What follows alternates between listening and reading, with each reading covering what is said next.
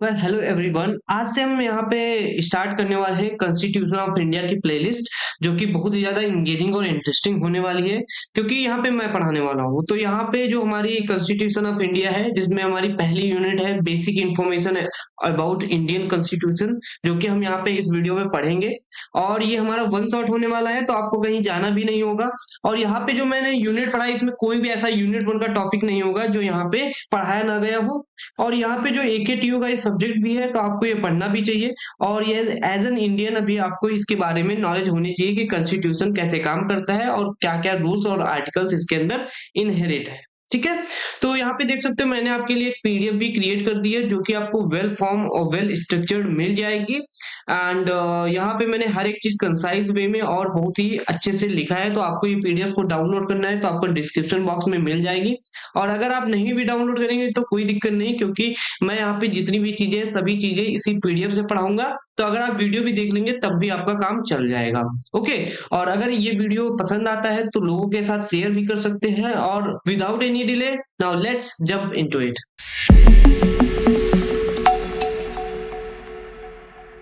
तो यहाँ पे देख सकते हो हमारे पास जो फर्स्ट टॉपिक है इस यूनिट में, वो है व्हाट इज द कॉन्स्टिट्यूशन। क्योंकि जब तक हम कॉन्स्टिट्यूशन के बारे में जानेंगे नहीं, इसके पर्पस क्या है, इसके फीचर्स क्या है, हम इसको क्यों पढ़े, इसके कैरेक्टरिस्टिक्स क्या है, इसके फंक्शंस क्या है, so those are the things very important. जब आप कॉन्स्टिट्यूशन पढ़ रहे हैं, अगर आप इनको सबको समझ लेंगे तो इससे एक्चुअली कॉन्स्टिट्यूशन का मेन ऑब्जेक्टिव क्या है वो आप समझ पाएंगे। तो चलिए हम स्टार्ट करते हैं। तो यहाँ पे देख सकते हो मेरे पास है व्हाट इज द कॉन्स्टिट्यूशन, कि ये कॉन्स्टिट्यूशन क्या है। तो यहाँ पे बता रहा है कि एक टाइप की रूल बुक है and that defines how a country is govern. जैसे इसका कहने का ये मतलब है कि जैसे भाई कंट्री है, अब कंट्री को चलाने के लिए कुछ सेट ऑफ रूल्स होने चाहिए, जिससे जितने भी यहाँ पे पीपल्स है, जैसे हमारे पास ये कंट्री है। अब कंट्री में बहुत सारे लोग रह रहे हैं ना। अब ये कंट्री में बहुत सारे लोग रह रहे हैं, तो कोई झगड़ा करेगा, कोई कुछ करेगा, कोई इधर जा रहा है, कोई अपनी ये जगह ले रहा है, कोई दूसरे की जगह छीन रहा है, झपट रहा है ना। तो ऐसी चीजों से बचने के लिए वो क्या करते हैं, सेट ऑफ रूल्स डिफाइन करते हैं। जो वो रूल्स डिफाइन करते हैं वो किस कहीं ना कहीं तो लिखे जाएंगे। तो वो एक जो जो रूल्स लिखे हैं, जो रूल्स लिखे हैं किसी एक रूल बुक में, भाई वो जो रूल्स हैं वो किसी कोई ना कोई एक रूल बुक में लिखे होंगे। और जो वो रूल बुक है उसी का नाम क्या होता है, कॉन्स्टिट्यूशन होता है। और इसी कॉन्स्टिट्यूशन के थ्रू क्या होता है, हमारी कंट्री क्या होती है, गवर्न करी जाती है। तो ये गवर्नमेंट कैसे चलाती है कंट्री को, वो with the help of constitution. ऐसा नहीं है गवर्नमेंट जो मना है वो करने लगेगी, समझ में ना। तो ठीक है। तो जैसे मैं यहाँ पे एक एग्जांपल बताना चाहूंगा, देख सकते हो जैसे आप गेम खेले होंगे, तो गेम में क्या होते हैं, सेट ऑफ रूल्स डिफाइन होते हैं। और वो जो रूल्स होते हैं, जैसे यहाँ पे जो सेट ऑफ रूल्स होते हैं, अब ये रूल्स कहाँ पे डिफाइन है, रूल बुक में डिफाइन है। और जिससे जो नंबर ऑफ यूजर्स होते हैं वो क्या करते हैं, वो गेम में पार्टिसिपेट करते हैं और अपना अपना गेम खेलते हैं, और कोई भी लड़ाई झगड़ा नहीं होता है। अगर ये रूल्स नहीं होते तो क्या गेम ये चल पाता, नहीं। तो देखो रूल बुक में, जैसे मैं एग्जांपल बताता हूँ, जैसे अगर कोई इस प्लेस पे, सपोज ये ए प्लेस है, इस प्लेस पे गए तो आपको रिवॉर्ड मिलेगा। और यहाँ पे अगर बी प्लेस पे गए तो आपको यहाँ पे हो सकता है पॉइंट कट जाए या फिर पनिशमेंट दी जाए। तो ऐसे यहाँ पे जो सेट ऑफ रूल्स बनाए जाते हैं गेम के, कि अगर आप इस पोजीशन पे गए तो आपको इस लेवल पे पहुंच जाएंगे ना। तो ये गेम के रूल्स होते हैं। इसी टाइप से हमारे कॉन्स्टिट्यूशन के रूल्स होते हैं। लेकिन वही कंट्री को जो चलाने के लिए यूज होती है रूल बुक, उसका नाम क्या होता है, कॉन्स्टिट्यूशन होता है। सो इतना इजी था। चलो यहाँ पे देख रहा हूँ कि बता रहा है it guides a relationship between the government, citizens and institution. जैसे हमारे पास इंस्टीट्यूशन है, गवर्नमेंट है, सिटीजन्स है, तो ये कैसे एक दूसरे का साथ कोरिलेट रहेंगे, रिलेशनशिप रहेगा। क्योंकि हमारा देश बहुत दिन पहले से आजाद है, 75 टू 80 इयर्स होने वाले हैं। और वो कैसे एक साथ में है, तो वो बाय द कॉन्स्टिट्यूशन। कॉन्स्टिट्यूशन में सभी रूल्स डिफाइन है कि कौन किसकी क्या बाउंड्रीज है, क्या कर सकता है, क्या राइट्स है। तो इसीलिए हम सब लोग क्या है, फ्लॉलेसली हम काम कर पाते हैं। तो चलिए इसके थोड़े पर्पस देख लेते हैं। पर्पस क्या है, provide the structure, power and duties of the government. जैसे गवर्नमेंट है, उसकी पावर्स को बताना, उसकी ड्यूटीज को बताना, उसके स्ट्रक्चर को बताना, मतलब कौन कौन से टाइप से गवर्नमेंट को स्ट्रक्चर्ड करेंगे ना। देखो एक हाई लेवल गवर्नमेंट होती है, एक लो लेवल होती है, ऐसे बहुत सारे मिनिस्टर्स होते हैं ना उस गवर्नमेंट के अंदर। सो ensure the protection of the citizens and fundamental rights. अब देखो यहाँ पे जो भी सिटीजंस है, सिटीजंस का मतलब ये नहीं है कि यहाँ पे जैसे जो पुअर है वो, या फिर कोई रिच लोग हैं वो, या फिर कोई बिजनेसमैन है वो यहाँ पे, या फिर कोई मिनिस्टर है, प्राइम मिनिस्टर है, गवर्नमेंट में है, पीएम सीएम, नहीं। एवरी पीपल, अगर कोई भी इंडिया का कह सकते हो इंडिया में रह रहा है, इंडिया की सिटीजनशिप है, तो वो हमारा part of the Indian citizen हुआ। तो सबको वही हक है, जो चाहे एक पीएम को हो, चाहे रिच आदमी को हो, चाहे बिज़नेसमैन को हो, और चाहे गरीब हो, इक्वली ट्रीटेड करे जाएँगे। ये इसका कहने का मतलब है। So at the highest law of the country, ये बहुत ही ज़्यादा इम्पोर्टेंट चीज़ है, जिसको हम सुप्रीम लॉ कह सकते हैं। ये हमारा सबसे बड़ा लॉ होता है, इससे बड़ा कुछ भी नहीं, ठीक है? तो चलिए हम आगे बढ़ते हैं, थोड़ा-सा आगे बढ़ते हैं कि की फीचर्स कौन-कौन से, इसके इम्पोर्टेंट फीचर्स क्या हैं, वो भी देख लेते हैं। ये कहता है सुप्रीम लॉ है, इससे बढ़ के कोई लॉ नहीं। नो लॉ और action can go against the constitution, इससे अगेंस्ट कोई भी नहीं जा सकता है, चाहे वो इंक्लूडिंग पीएम, सीएम या फिर कोई भी IAS, PCS and another and so on, कोई भी हो, डजंट मैटर, ठीक है?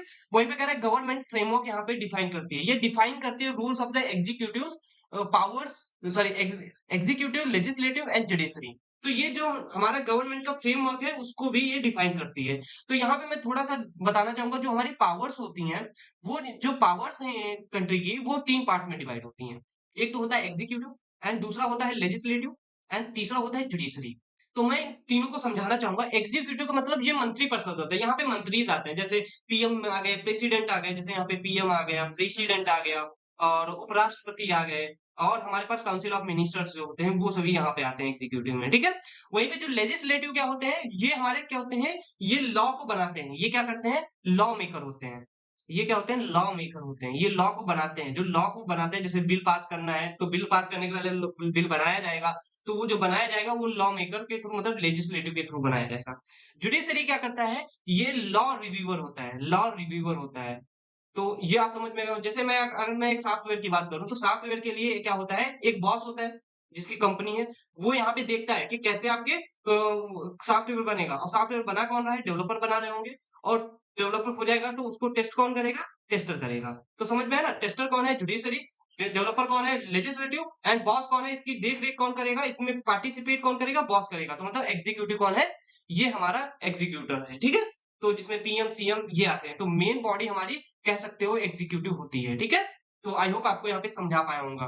तो वहीं पे देख रहे हो कि बता रहा है कि राइट एंड ड्यूटीज की, तो guarantee citizens right like freedoms and equality and outlines their duties. मतलब कोई भी सिटीजन है, उसको गारंटी देता है हमारा कॉन्स्टिट्यूशन कि उसको फ्रीडम मिलेगी, इक्वलिटी मिलेगी, आउटलाइन करता है उनकी ड्यूटीज को। वहीं पे सेपरेशन ऑफ पावर्स, देखो सेपरेशन पावर्स अब बहुत ज्यादा जरूरी है। क्यों? क्योंकि देखो, जब हमारे पास जैसे एक पीएम है, क्या सपोज मैं एग्जांपल लेता हूँ प्रेसिडेंट का ले लिया।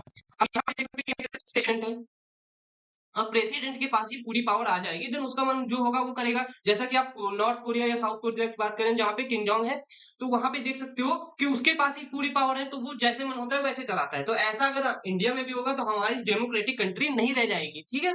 तो ये चीज आपको यहाँ पे समझनी है।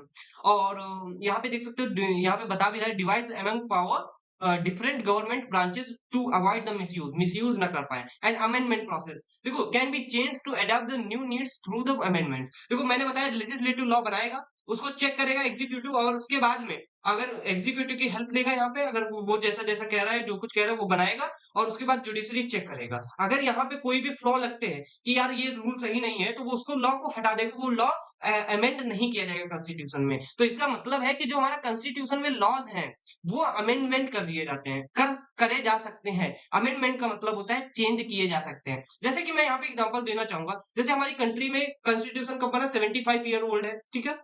अब इतने ओल्ड है, तो जो पहले के लोग होंगे, जो पीपल्स और सिटीजन्स रह रहे होंगे, उनके लिए लॉ बनाए गए होंगे। लेकिन आज की टेक्नोलॉजी हर एक चीज देखते हुए इनमें अमेंडमेंट की जरूरत पड़ती है। अगर हम सब लोग अमेंडमेंट नहीं करेंगे, तो देश पीछे हो जाएगा। तो इसीलिए क्या होता है, हमारे कॉन्स्टिट्यूशन में अमेंडमेंट प्रोसेस होता रहता है कंटिन्यूअसली। इसीलिए हमारे बहुत सारे जो आर्टिकल्स थे, पहले कम थे, अब ज्यादा हो चुके हैं। वो भी हम आगे देखेंगे कितने ज्यादा हो चुके हैं, क्या हो चुके हैं। अभी हम ज्यादा इसको कह सकते हैं कि खिचड़ी नहीं पकाएंगे, ठीक है?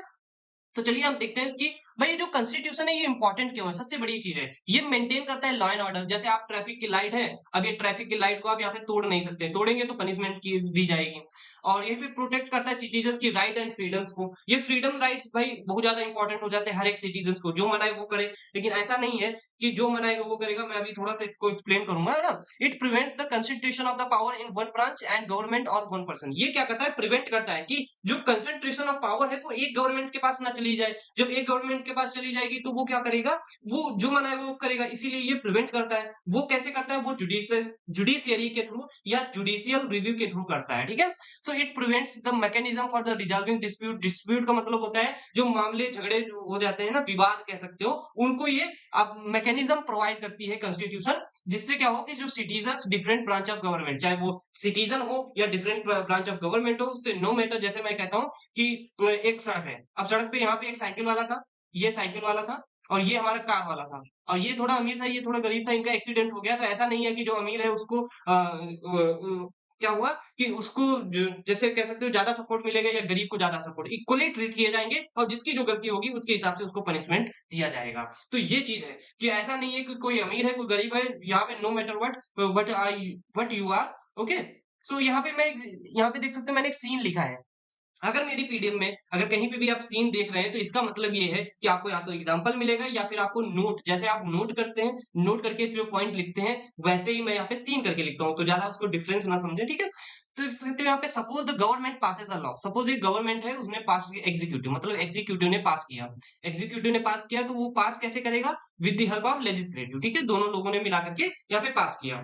तो restrict the people's freedom to speak openly, और जो रिस्ट्रिक्ट करता है, क्या करता है, जो हमारे पीपल्स है उनकी फ्रीडम से के साथ में स्पीक करने से, ठीक है। तो यहाँ पे फ्रीडम ऑफ स्पीच के प्रॉपर्टी को वायलेट कर रहा है, लेकिन हमारा जो कॉन्स्टिट्यूशन कहता है वो गारंटी देता है कि भाई आपको फ्रीडम ऑफ स्पीच है, देन कोर्ट कैन डिक्लेयर, तो कोर्ट डिक्लेयर कर सकता है law invalid because it goes to against the constitution, तो वो जो लॉ है वो कॉन्स्टिट्यूशन में अमेंडमेंट नहीं होगा। So this is it guys, I hope आपको समझ में आया होगा कि ये क्या होता है। देखो मैंने इसके जो प्रॉपर नोट्स हैं वो मैंने आपको ये पीडीएफ में दे दी है, अगर आपको लगता है कि डाउनलोड करना चाहिए देन डाउनलोड कर सकते हैं, और अगर लगता है कि यार नहीं मैं ऐसे ही पढ़ सकता हूँ देन बहुत अच्छी बात है, आप वीडियो भी देख करके पढ़ सकते हैं क्योंकि मैंने सभी चीजें इसी में एक्सप्लेन की है। तो देखो थोड़ा सा हम कैरेक्टरिस्टिक्स की बात करेंगे कि देखो ये सुप्रीम लॉ है, इससे बड़ा कोई लॉ नहीं है और इसको no one can violate it, and written document होता है, जैसे एक किताब होती है वैसे ही रिटन डॉक्यूमेंट है, और ये इंडिया का सबसे मैं यहाँ पे बताना चाहूंगा जो इंडिया का कॉन्स्टिट्यूशन है वो सबसे लेंदी और बड़ा कॉन्स्टिट्यूशन है, और जिसको 2 साल 11 महीने 18 दिन लगे थे, ठीक है।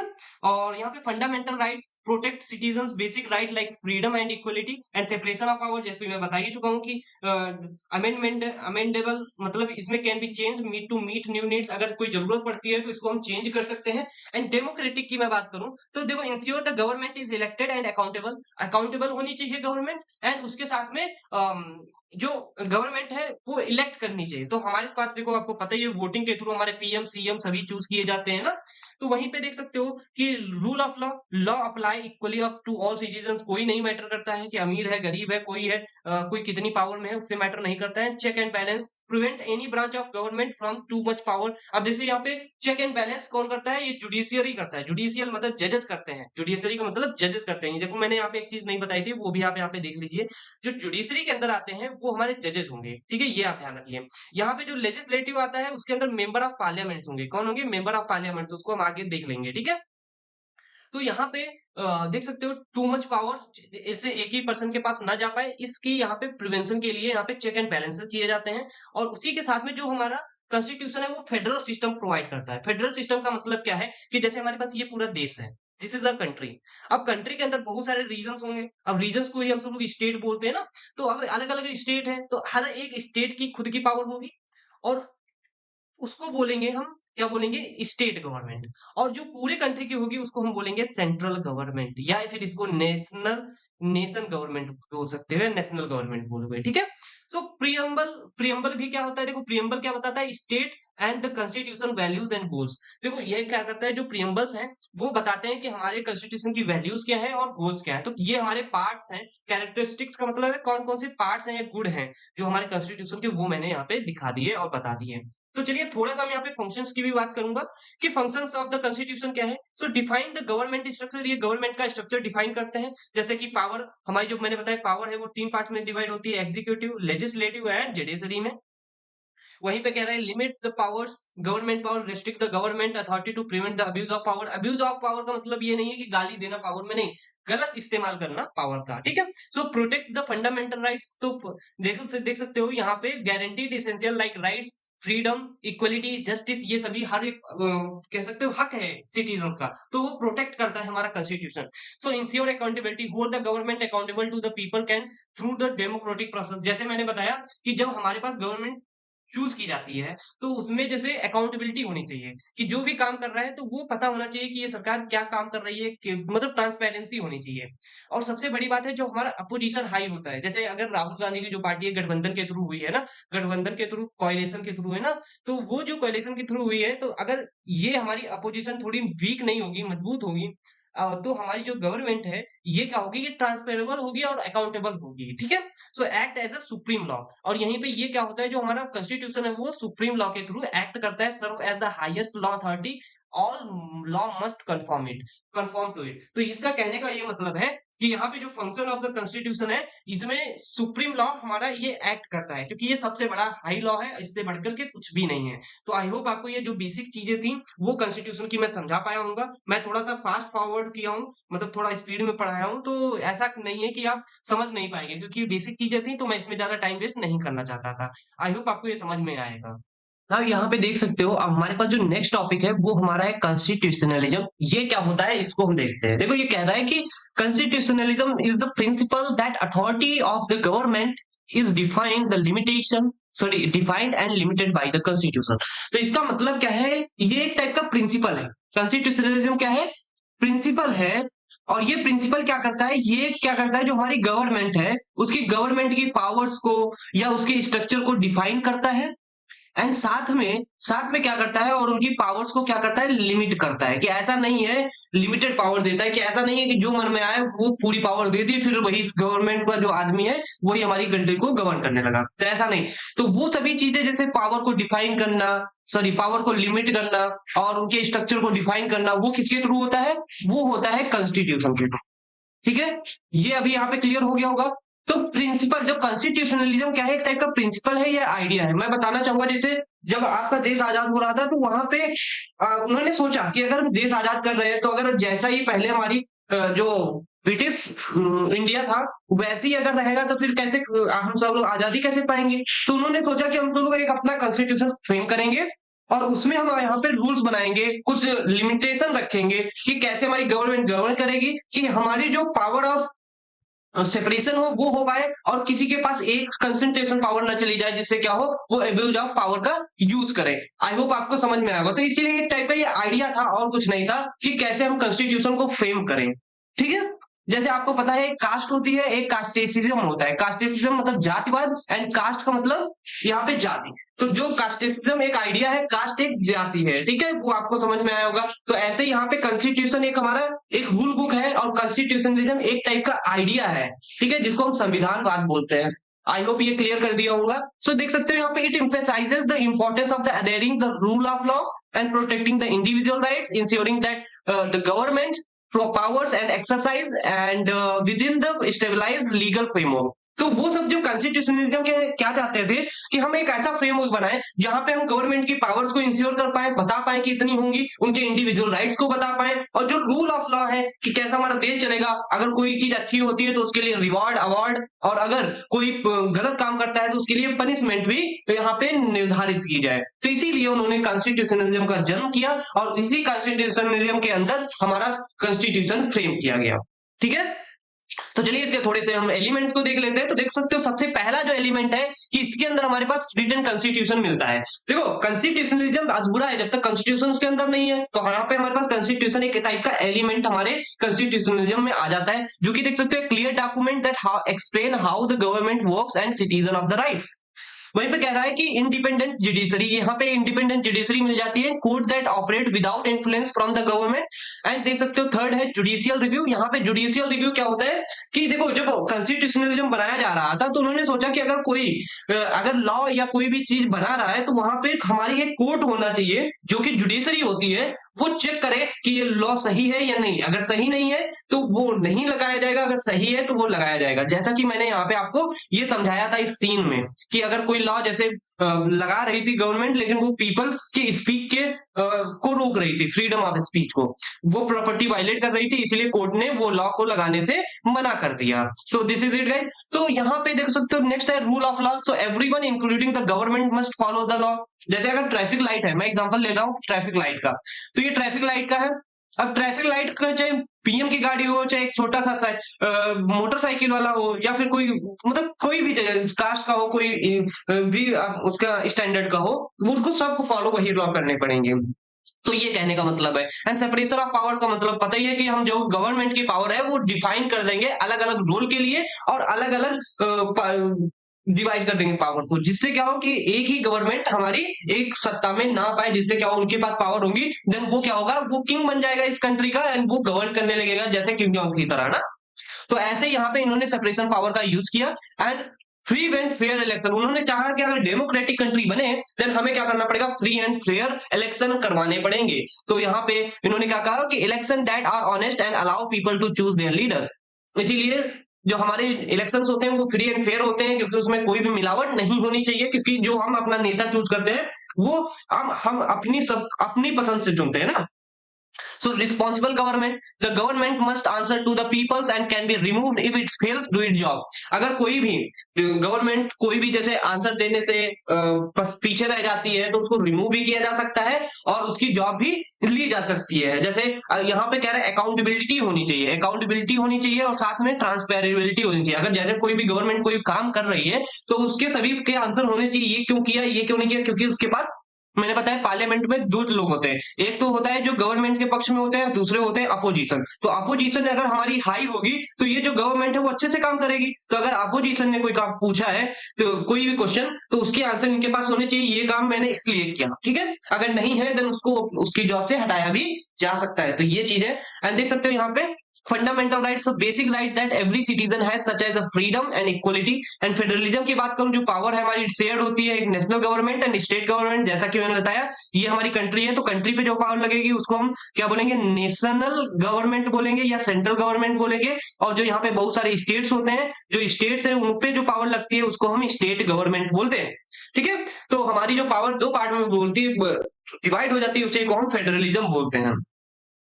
और यहीं पे देख सकते हो decentralize of the power, so giving some power to local government.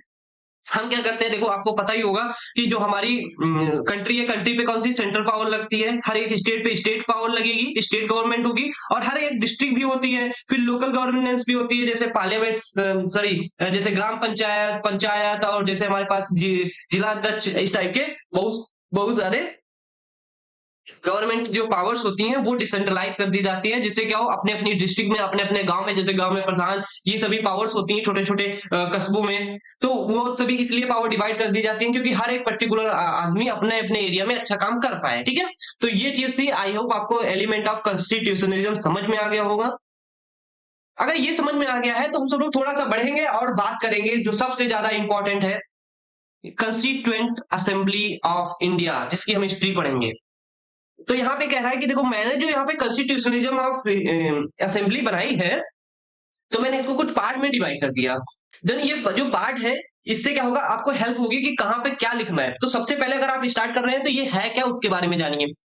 क्योंकि constituent assembly was a group formed to create an Indian constitution. It is an important body to full authority। अब देखो ये कंस्टिट्यूएंट असेंबली क्या है, एक type की assembly बनाई गई कि जिससे क्या हो कंस्टिट्यूशन बनाया जा सके। जैसे आप एक पता ही होगा, जैसे आप क्रिकेट मैच है, जब आप यहाँ पे क्रिकेट मैच को खेलने जाएंगे तो उसके लिए क्या रिक्वायर्ड पड़ेगी, एक टीम रिक्वायर्ड पड़ेगी, और टीम में क्या होना चाहिए, कोच होना चाहिए ना। तो जिससे क्या होगी, वो टीम ये कोच उसको हैंडल करेगा, मतलब मैनेज करेगा। तो इसी टाइप से क्या होता है कि जो ये क्रिकेट अगर अचीव करना है, क्रिकेट खेलना है, तो उसके पहले टीम बनानी पड़ेगी। तो ऐसे हमें कॉन्स्टिट्यूशन को फ्रेम करना था, तो उसके लिए हमें एक असेंबली बनानी पड़ी, जिसको हम कॉन्स्टिट्यूएंट असेंबली कहते हैं। और उसमें हमारे पास एक प्रेसिडेंट बनाया गया, एंड प्रेसिडेंट या चेयरमैन कह सकते हो, चेयरमैन बनाया गया, और चेयरमैन का नाम क्या था, डॉक्टर राजेंद्र प्रसाद। आगे हम लोग अभी पढ़ेंगे। तो आई होप आपको यहाँ पे क्लियर हो गया होगा। तो यहाँ पे देख सकते हो हाउ इट स्टार्टेड, ये कैसे स्टार्ट हुआ। The idea of the constituent assembly, जो एक आइडिया था कंस्टिट्यूएंट असेंबली का, वो किसने दिया, एम एन रॉय ने दिया 1934 में। एंड इंडियन नेशनल कांग्रेस जो ऑफिशियली मांग करती है हमारी ब्रिटिश गवर्नमेंट से, वो 1935 को, और जो हमारी ब्रिटिश गवर्नमेंट थी वो एक्सेप्ट कब करती है, अगस्त 1940 को। तो ये देखो मैंने बहुत अच्छे से लिख दिया है, जो कि आप यहाँ पे अच्छे से पढ़ सकते हैं, पीडीएफ डाउनलोड कर लें, जो कि आपके लिए बहुत ज्यादा हेल्पफुल हो जाएगी एग्जाम के टाइम पे। एंड देन देख सकते हो फर्स्ट मीटिंग कब हुई, assembly had it's first meeting on the December 1946 and after it was divided it met again on the 14 अगस्त 1947। देखो इसकी कहने का मतलब ये है कि जो पहली मीटिंग हुई वो हमारी 9 दिसंबर 1946 को हुई, लेकिन उसके बाद क्या हुआ, हमारा देश ब्रिटिश गवर्नमेंट से, जो ब्रिटिश इंडिया था वो हमारा दो पार्ट में डिवाइड हो गया। मैं यहाँ पे बताना चाहूंगा जो हमारा ब्रिटिश इंडिया था वो हमारा दो पार्ट में डिवाइड हो गया, जिसका नाम था इंडिया एंड दूसरा नाम था पाकिस्तान। एंड पाकिस्तान भी हमारा दो पार्ट में डिवाइड हुआ, एक था ईस्ट इंडिया एंड दूसरा था वेस्ट इंडिया। जो ईस्ट इंडिया था उसको हम आजकल पाकिस्तान कहते हैं, जो वेस्ट इंडिया था उसको हम बांग्लादेश कहते हैं। आई होप आपको यहाँ पे ये क्लियर हुआ होगा। तो देखो जब दोबारा से यहाँ पे जो मुस्लिम लीग थी वो चली गई पाकिस्तान के रूप में अलग, तो यहाँ पे फिर से दोबारा मीटिंग बिठाई गई कि कंस्टिट्यूएंट असेंबली में कौन कौन से मेंबर रहेंगे। तो आगे चल करके जो हम फॉर्मेशन ऑफ कंस्टिट्यूएंट असेंबली देखेंगे तो अच्छे से पढ़ेंगे, ठीक है। देन चूजिंग मेंबर, अब कैसे यहाँ पे जो मेंबर चूज किए, जैसे कंस्टिट्यूएंट असेंबली में ऐसे थोड़ी ना सभी को भर लिया, तो कौन कौन से पैरामीटर थे जिसके हिसाब से लोगों को चुना गया। तो यहाँ पे देख सकते हो members were elected indirectly, they were chosen by the member of the provincial legislative assembly. अब प्रोविंशियल का मतलब आप थोड़ा सा समझ लीजिए। देखो प्रोविंशियल का मतलब मैं थोड़ा सा समझाना चाहूंगा। आप प्रोविंशियल को समझने पहले प्रोविंस को समझिए, प्रोविंसेस को। देखो जो हमारे पास यहाँ पे ये होता है, ये हमारे पास कंट्री है, कंट्री में जो हमारे पार्ट्स हो जाते हैं, जो एरिया है, उन्हीं को हम क्या बोलते हैं, ये जैसे एक ये सभी एरिया है ना जिसको हम स्टेट भी बोलते हैं अभी, तो उनको हम क्या बोल सकते हैं, प्रोविंसेस बोल सकते हैं। तो प्रोविंसेस के लिए जो हमारी एक जो रूल बनाती है, जो प्रोविंसियस के लिए देख सकते हो यहाँ पे, मैं यहाँ पे प्रोविंशियल लेजिस्लेटिव, जो प्रोविंशियल मतलब जो ये सभी एरियाज हैं उनके लिए जो रूल बनाने वाली असेंबली थी, उन्होंने क्या किया, मेंबर्स को सेलेक्ट किया, set up the under government act 1935, जो 1935 का एक्ट था उसके हिसाब से इन्होंने चूज किया। So how it was organize, तो इसको ऑर्गेनाइज कैसे किया गया। देखो assembly was made up based on the plan suggested by the British cabinet mission. देखो ब्रिटिश कैबिनेट मिशन को मैं थोड़ा सा समझाना चाहूंगा। देखो ब्रिटिश कैबिनेट मिशन क्या था, देखो यहाँ पे हम मैं थोड़ा सा लिखना चाहूंगा ब्रिटिश कैबिनेट मिशन। अब देखो जब हमारा देश जब 1940 में मांग की गई, जब उन्होंने सॉरी 1935 में मांग की गई और 1940 में उन्होंने कहा कि हाँ ये आपको दिया जाता है कॉन्स्टिट्यूशन फ्रेम करने का, तो उनकी कुछ शर्तें थी कि जो जैसे ब्रिटिश कैबिनेट मिशन क्या करना चाहता था, वो जैसे अभी ये ब्रिटिश कैबिनेट मिशन है, ये क्या करना चाहता है कि ये आपको देना चाहता है जो इंडियन लीडर्स है, वो इंडियन जो लीडर्स को क्या करना चाहता है, हैंड ओवर करना चाहता है। क्या करना चाहता है, हैंड ओवर करना चाहता है जो भी पावर्स है, क्योंकि ये रूल कर रहे थे, ये सोचते थे कि अब ये इंडियन लीडर्स ये ब्रिटिश इंडिया को चलाएंगे। तो इन्होंने क्या कहा कि हमारी कुछ शर्तें हैं, देखो कुछ शर्तें हैं वो आपको यहाँ पे फॉलो करनी पड़ेंगी। जैसे मैं यहाँ पे एग्जांपल बताऊं, जैसे मैं यहाँ पे एक पीडीएफ दे रहा हूँ, अब पीडीएफ अगर आपको डाउनलोड करनी है या फिर पीडीएफ पढ़नी है, और यहाँ पे कोई भी यहाँ पे स्टूडेंट हो सकता है, तो उसको क्या करनी पड़ेंगे, सेट ऑफ रूल्स को फॉलो करना पड़ेगा मेरे, एंड उसके बाद मैं इसको हैंड ओवर कर सकता हूँ। तो ऐसे ही ब्रिटिश इंडिया थी, उसने कहा कि अगर आप ये चाहते हैं कि मैं आपका देश आजाद कर दूं और आप चाहते हैं कि जो ये पावर्स हैं वो आपको मिल जाए, देन हमारी कुछ शर्तें हैं, उस हिसाब से आपको काम करने पड़ेंगे, देन मैं ये कर सकता हूँ। तो इसीलिए जो ब्रिटिश कैबिनेट मिशन था ये कुछ नहीं था, ये सिर्फ एक टाइप का मिशन इसलिए था क्योंकि ये पावर को हैंड ओवर करना चाहता था इंडिया को, लेकिन वो कुछ शर्तें थी, ठीक है। So which provided a framework for the governing India, ठीक है, कि कैसे ये जो ब्रिटिश कैबिनेट मिशन था ये एक टाइप का फ्रेमवर्क प्रोवाइड कर रहा था इंडिया को कि कैसे हम इंडिया को गवर्न करेंगे, ठीक है। तो आई होप आपको यहाँ पे मैं ये कॉन्स्टिट्यूएंट फॉर्मेशन असेंबली समझा पाया होगा, ठीक है। तो आई होप ये क्लियर हो गया होगा। तो आगे हम सब लोग बढ़ते हैं और बात करते हैं formation of constituent assembly in India.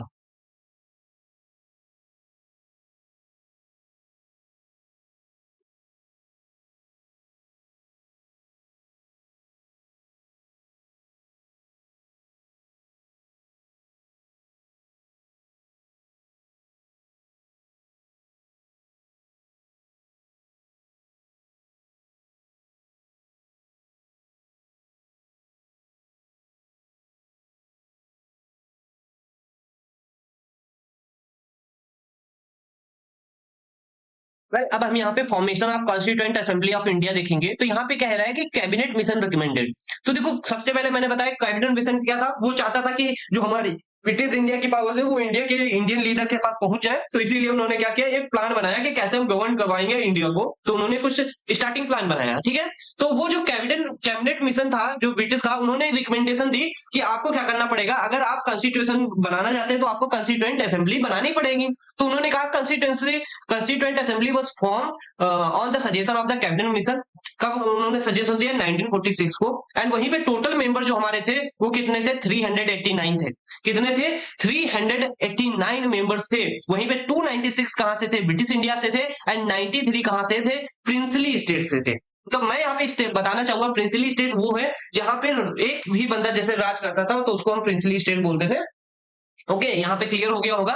तो अब थोड़ा सा बात करते हैं कि मेंबर्स फ्रॉम द प्रोविंसेस। तो प्रोविंसेस से कितने मेंबर्स थे, सो जो आउट ऑफ 296 थे उसमें से 292 कितने थे, 11 प्रोविंसेस से आए, और वहीं पे 4 कहां से आए, 4 चीफ कमिश्नर प्रोविंसेस से आए, ठीक है।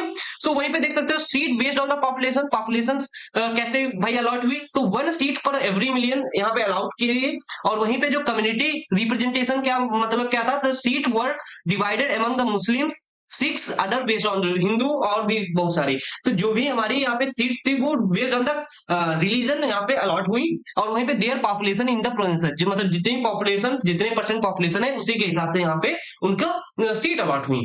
तो इलेक्शन प्रोसेस क्या था, so election process, each community elected its representative from the provincial legislative assembly, जो कि आपको पता ही है कि ये क्या होती है, ये जो हमारे प्रोविंसेस पे जो रूल लगाती है, तो वही असेंबली होती है। जो उन्होंने कहा कि each community elected its representative, हर एक कम्युनिटी अपना एक प्रोविंस सॉरी मेंबर यहाँ पे इलेक्ट कर सकती है। तो वहीं पे बताया गया कि nomination from the princely state. So princely state से कैसे नॉमिनेशन हुआ, तो जो प्रिंसली स्टेट थे उन्होंने खुद ही, जो प्रिंस था उन्होंने ही अपने लीडर्स का चूज किया। तो यहाँ पे देख सकते हो, जैसे मैं बात करूं अकबर की, तो अकबर जैसे कहीं पे जाना नहीं चाहता है तो वो क्या करता है, अपना एक रिप्रेजेंटेटिव, जैसे अपना कोई भी एक द्वारपाल या कह सकते हो कोई भी जो उनके उसमें बैठता है, जैसे अब बीरबली है तो बीरबल को ही एक रिप्रेजेंटेटिव बना दिया गया। तो जिसको राजा चूज कर देता था वही हमारा रिप्रेजेंटेटिव होता था। तो इसी टाइप से उन्होंने अपना अपना लीडर प्रिंसली स्टेट वालों ने चूज कर लिया। So withdrawal of the Muslim League member, so यहाँ पे क्या हुआ कि after the Pakistan was formed, जब देखो मैंने बताया कि बीच में ही जब हमारी असेंबली बन रही थी उसी टाइम पे क्या हुआ, मुस्लिम लीग डिवाइड हो गई पाकिस्तान इंडिया से। तो वहां पे क्या हुआ कि जो हमारे मेंबर्स यहाँ पे बने हुए थे टोटल, उनमें से क्या हुआ, कुछ मेंबर्स कम हो गए। क्या हुआ, कुछ मेंबर्स यहाँ पे हमारे कम हो गए, और जो वहां पे कुछ मेंबर्स कम हुए, तो देख सकते हो यहाँ पे क्या हुआ, जब यहाँ पे कुछ मेंबर्स कम हो गए तो यहाँ पे देख सकते हो हमारे क्या हो गए, रिड्यूस हो गए मेंबरशिप। तो असेंबली टोटल कितनी बची, 299। देखो हमारे पास टोटल मेंबर कितने, 389 मेंबर्स थे, जिसमें से 296 ब्रिटिश इंडिया से थे, एंड 93 कहां से थे, यहाँ से थे।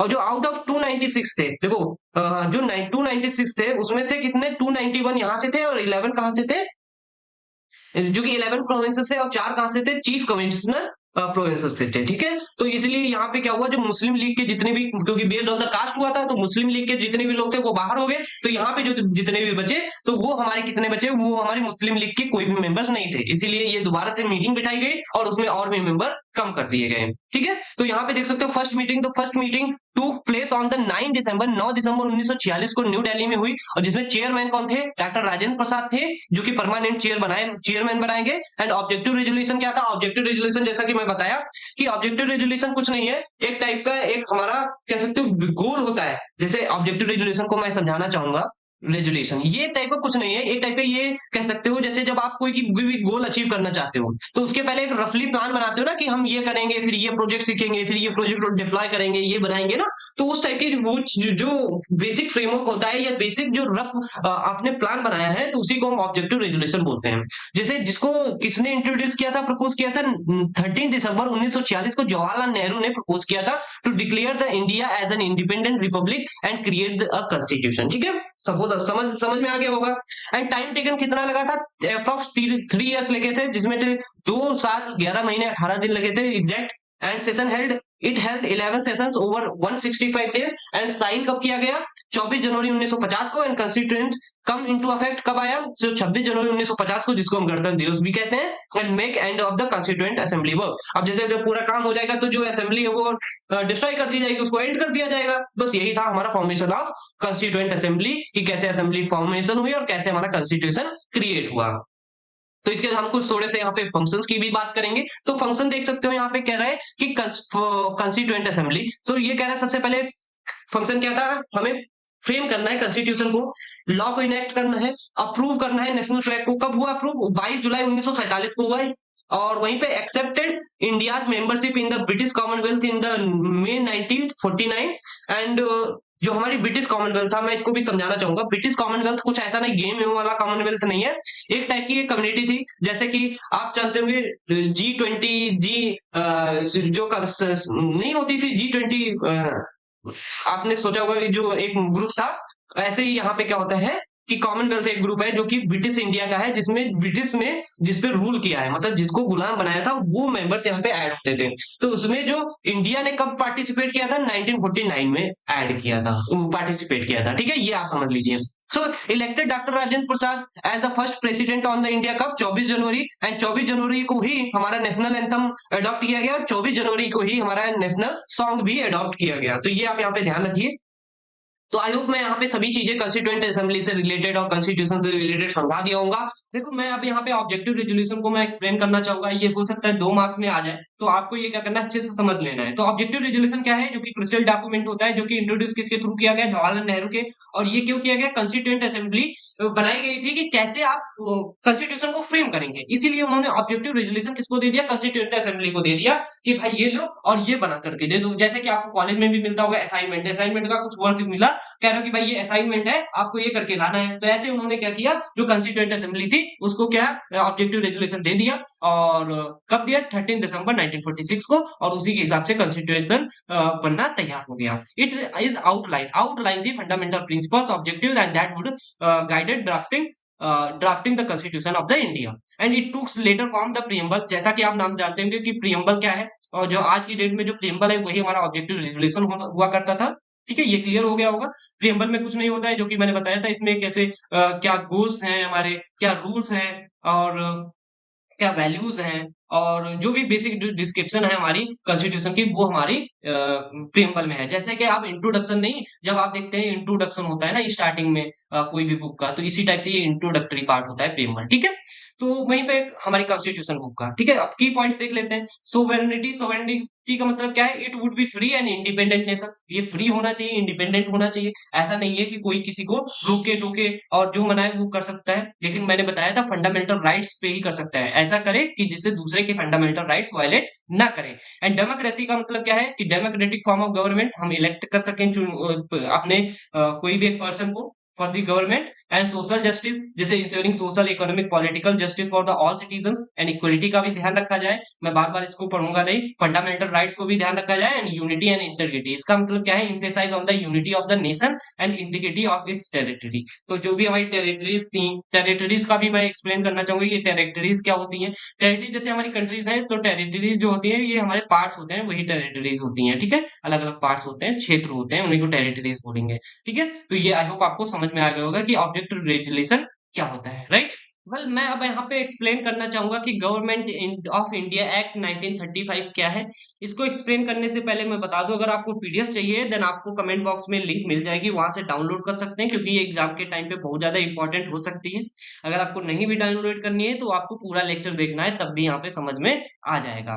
तो देख सकते हो व्हाट इट इज, ये है क्या? A law made by the British in the August 1935। जो ये लॉ था गवर्नमेंट ऑफ इंडिया एक्ट, वो 1935 में ब्रिटिश के थ्रू लाया गया। And it was the longest law and they had ever made. ये सबसे लंबा लॉ था जो कि बनाया गया था। एंड इसमें क्या हुआ, इसमें 2 पार्ट में हमारी जो है लॉ डिवाइड हुआ। एक तो वन इंडिया के लिए था, एक हमारे बर्मा के लिए था। तो बर्मा वर्मा कोई नाम नहीं था, बर्मा एक जगह का नाम था, जिसका नाम आप आजकल म्यांमार हम रखते हैं। म्यांमार के लिए एक लॉ था, एक हमारा इंडिया के लिए था। सो ये आइडिया कहाँ से आया? The idea for this law come from the main sources. कौन कौन से? A report from a group called Simon commission. जो साइमन कमीशन ग्रुप था, उसकी रिपोर्ट से आया। and talk that happened at the third round table conference and white paper made in 1933 and reports from the group of peoples who studies the law. तो ये सभी यहाँ पे मेन सोर्सेस थे जहां से ये आइडिया है, आप यहाँ पे पढ़ सकते हैं, कोई दिक्कत नहीं है। एंड एंडिंग ओल्ड रूल्स, जैसे it stop the old dyarchy system. जैसे डायरकी सिस्टम क्या होता था कि जैसे सेट ऑफ पीपल्स होते थे, उन्हीं के पास पूरी गवर्नमेंट की पावर होती थी, जैसे हमारी ब्रिटिश गवर्नमेंट, तो उसको यहाँ पे एंड किया गया। And was the setup by the previous law in the 1990 and dyarchy means sharing the power in some parts of the government. कुछ पार्ट्स ऑफ द गवर्नमेंट है उन्हीं के पास पावर है, so making a big country. So इसका main गोल क्या था, क्योंकि गवर्नमेंट ऑफ इंडिया एक्ट का, कि हम इसको एक बड़ा कंट्री बनाएंगे, फेडरल कंट्री बनाएंगे। बट यहाँ पे क्या हुआ देखो, it wanted to be country called federation of India but which would include the parts of the British government. कुछ पार्ट्स हमारे क्या होने चाहिए थे, ब्रिटिश गवर्नमेंट के ऐड हो, और कुछ हमारे प्रिंसली स्टेट के हों। बट यहाँ पे क्या हुआ, जो हमारी प्रिंसली स्टेट थी वो मना कर दी कि भाई मैं ज्वाइन नहीं होंगी। तो जब उन्होंने मना कर दिया ज्वाइन होने से, इसीलिए उसी टाइम पे हमारा फेडरेशन ऑफ इंडिया बनने से रुक गया। आई होप आपको यहाँ पे ये जो मैंने पॉइंट वाइज समझाया गवर्नमेंट ऑफ इंडिया एक्ट, वो समझ में आ चुका होगा। ठीक है, तो अभी जैसे ये हमारा जो गवर्नमेंट ऑफ इंडिया एक्ट था, इसके कहता है सैलिएंट फीचर बता दो कि भाई ये सैलिएंट फीचर्स क्या है। तो इसको भी हम यहाँ पे थोड़ा सा अच्छे से समझ लेते हैं। देखो यहाँ पे फेडरल स्ट्रक्चर्स की बात करता है। जो सैलिएंट फीचर था, ये divided the power between the central and provincial governments. ठीक है, तो प्रोविंशियल का मतलब आजकल हम सब स्टेट गवर्नमेंट इसको बोलते हैं। ठीक है, एंड प्रोविंशियल ऑटोनॉमी का give more self governing power to provinces. अब जैसे मैंने बताया था कि कोई इंडिया है, अब इंडिया में पूरी एक सेंट्रल गवर्नमेंट होती है जो कि पावर लगती है, और हर एक जगह पे क्या है, अपना स्टेट बना दिया गया है। हर एक भाई जैसे यूपी में अलग है सीएम, अलग बंगाल में अलग है, राजस्थान में अलग है। तो इससे क्या हुआ कि हर एक आदमी अपने अपने स्टेट में काम कर पाएगा, इसीलिए ये प्रोविंशियल ऑटोनॉमी दे दी गई कि सबको अपनी अपनी पावर दे दी गई। और बाई कैमरल लेजिस्लेटिव, इसका मतलब क्या है, establish the two houses of the parliament. Parliament में कितने, दो हाउसेस बनाए गए, तो उनके बारे में हम आगे भी डिस्कस करेंगे, तो उसकी टेंशन नहीं लेना। ठीक है, and end of dyarchy, so removal dual like elected ministry of the governor. हम गवर्नर को इलेक्ट कर सकते थे, and rule in the provinces, हम प्रोविंसेस पे भी रूल कर सकते थे। So expanded the franchises to increase voter eligibility, हम एलिजिबिलिटी भी यहाँ पे इंक्रीज किए। And governors control some powers remain with the governor, जो हमारा गवर्नर हुआ करता था उसके पास भी कुछ पावर्स थी, एंड जो कि वो कंट्रोल कर सकता था। एंड सेपरेट इलेक्टोरेट्स, जैसे different communities elected their own representative. So different different type की कम्युनिटीज हुआ करती थी इंडिया में, तो वो अपना अपना क्या कर सकती थी, एक पर्सन को इलेक्ट कर सकती थी बाय द वोटिंग। ठीक है, सो यहाँ पे नेक्स्ट का पॉइंट क्या कह रहा है, प्रोविंस रीऑर्गेनाइजेशन।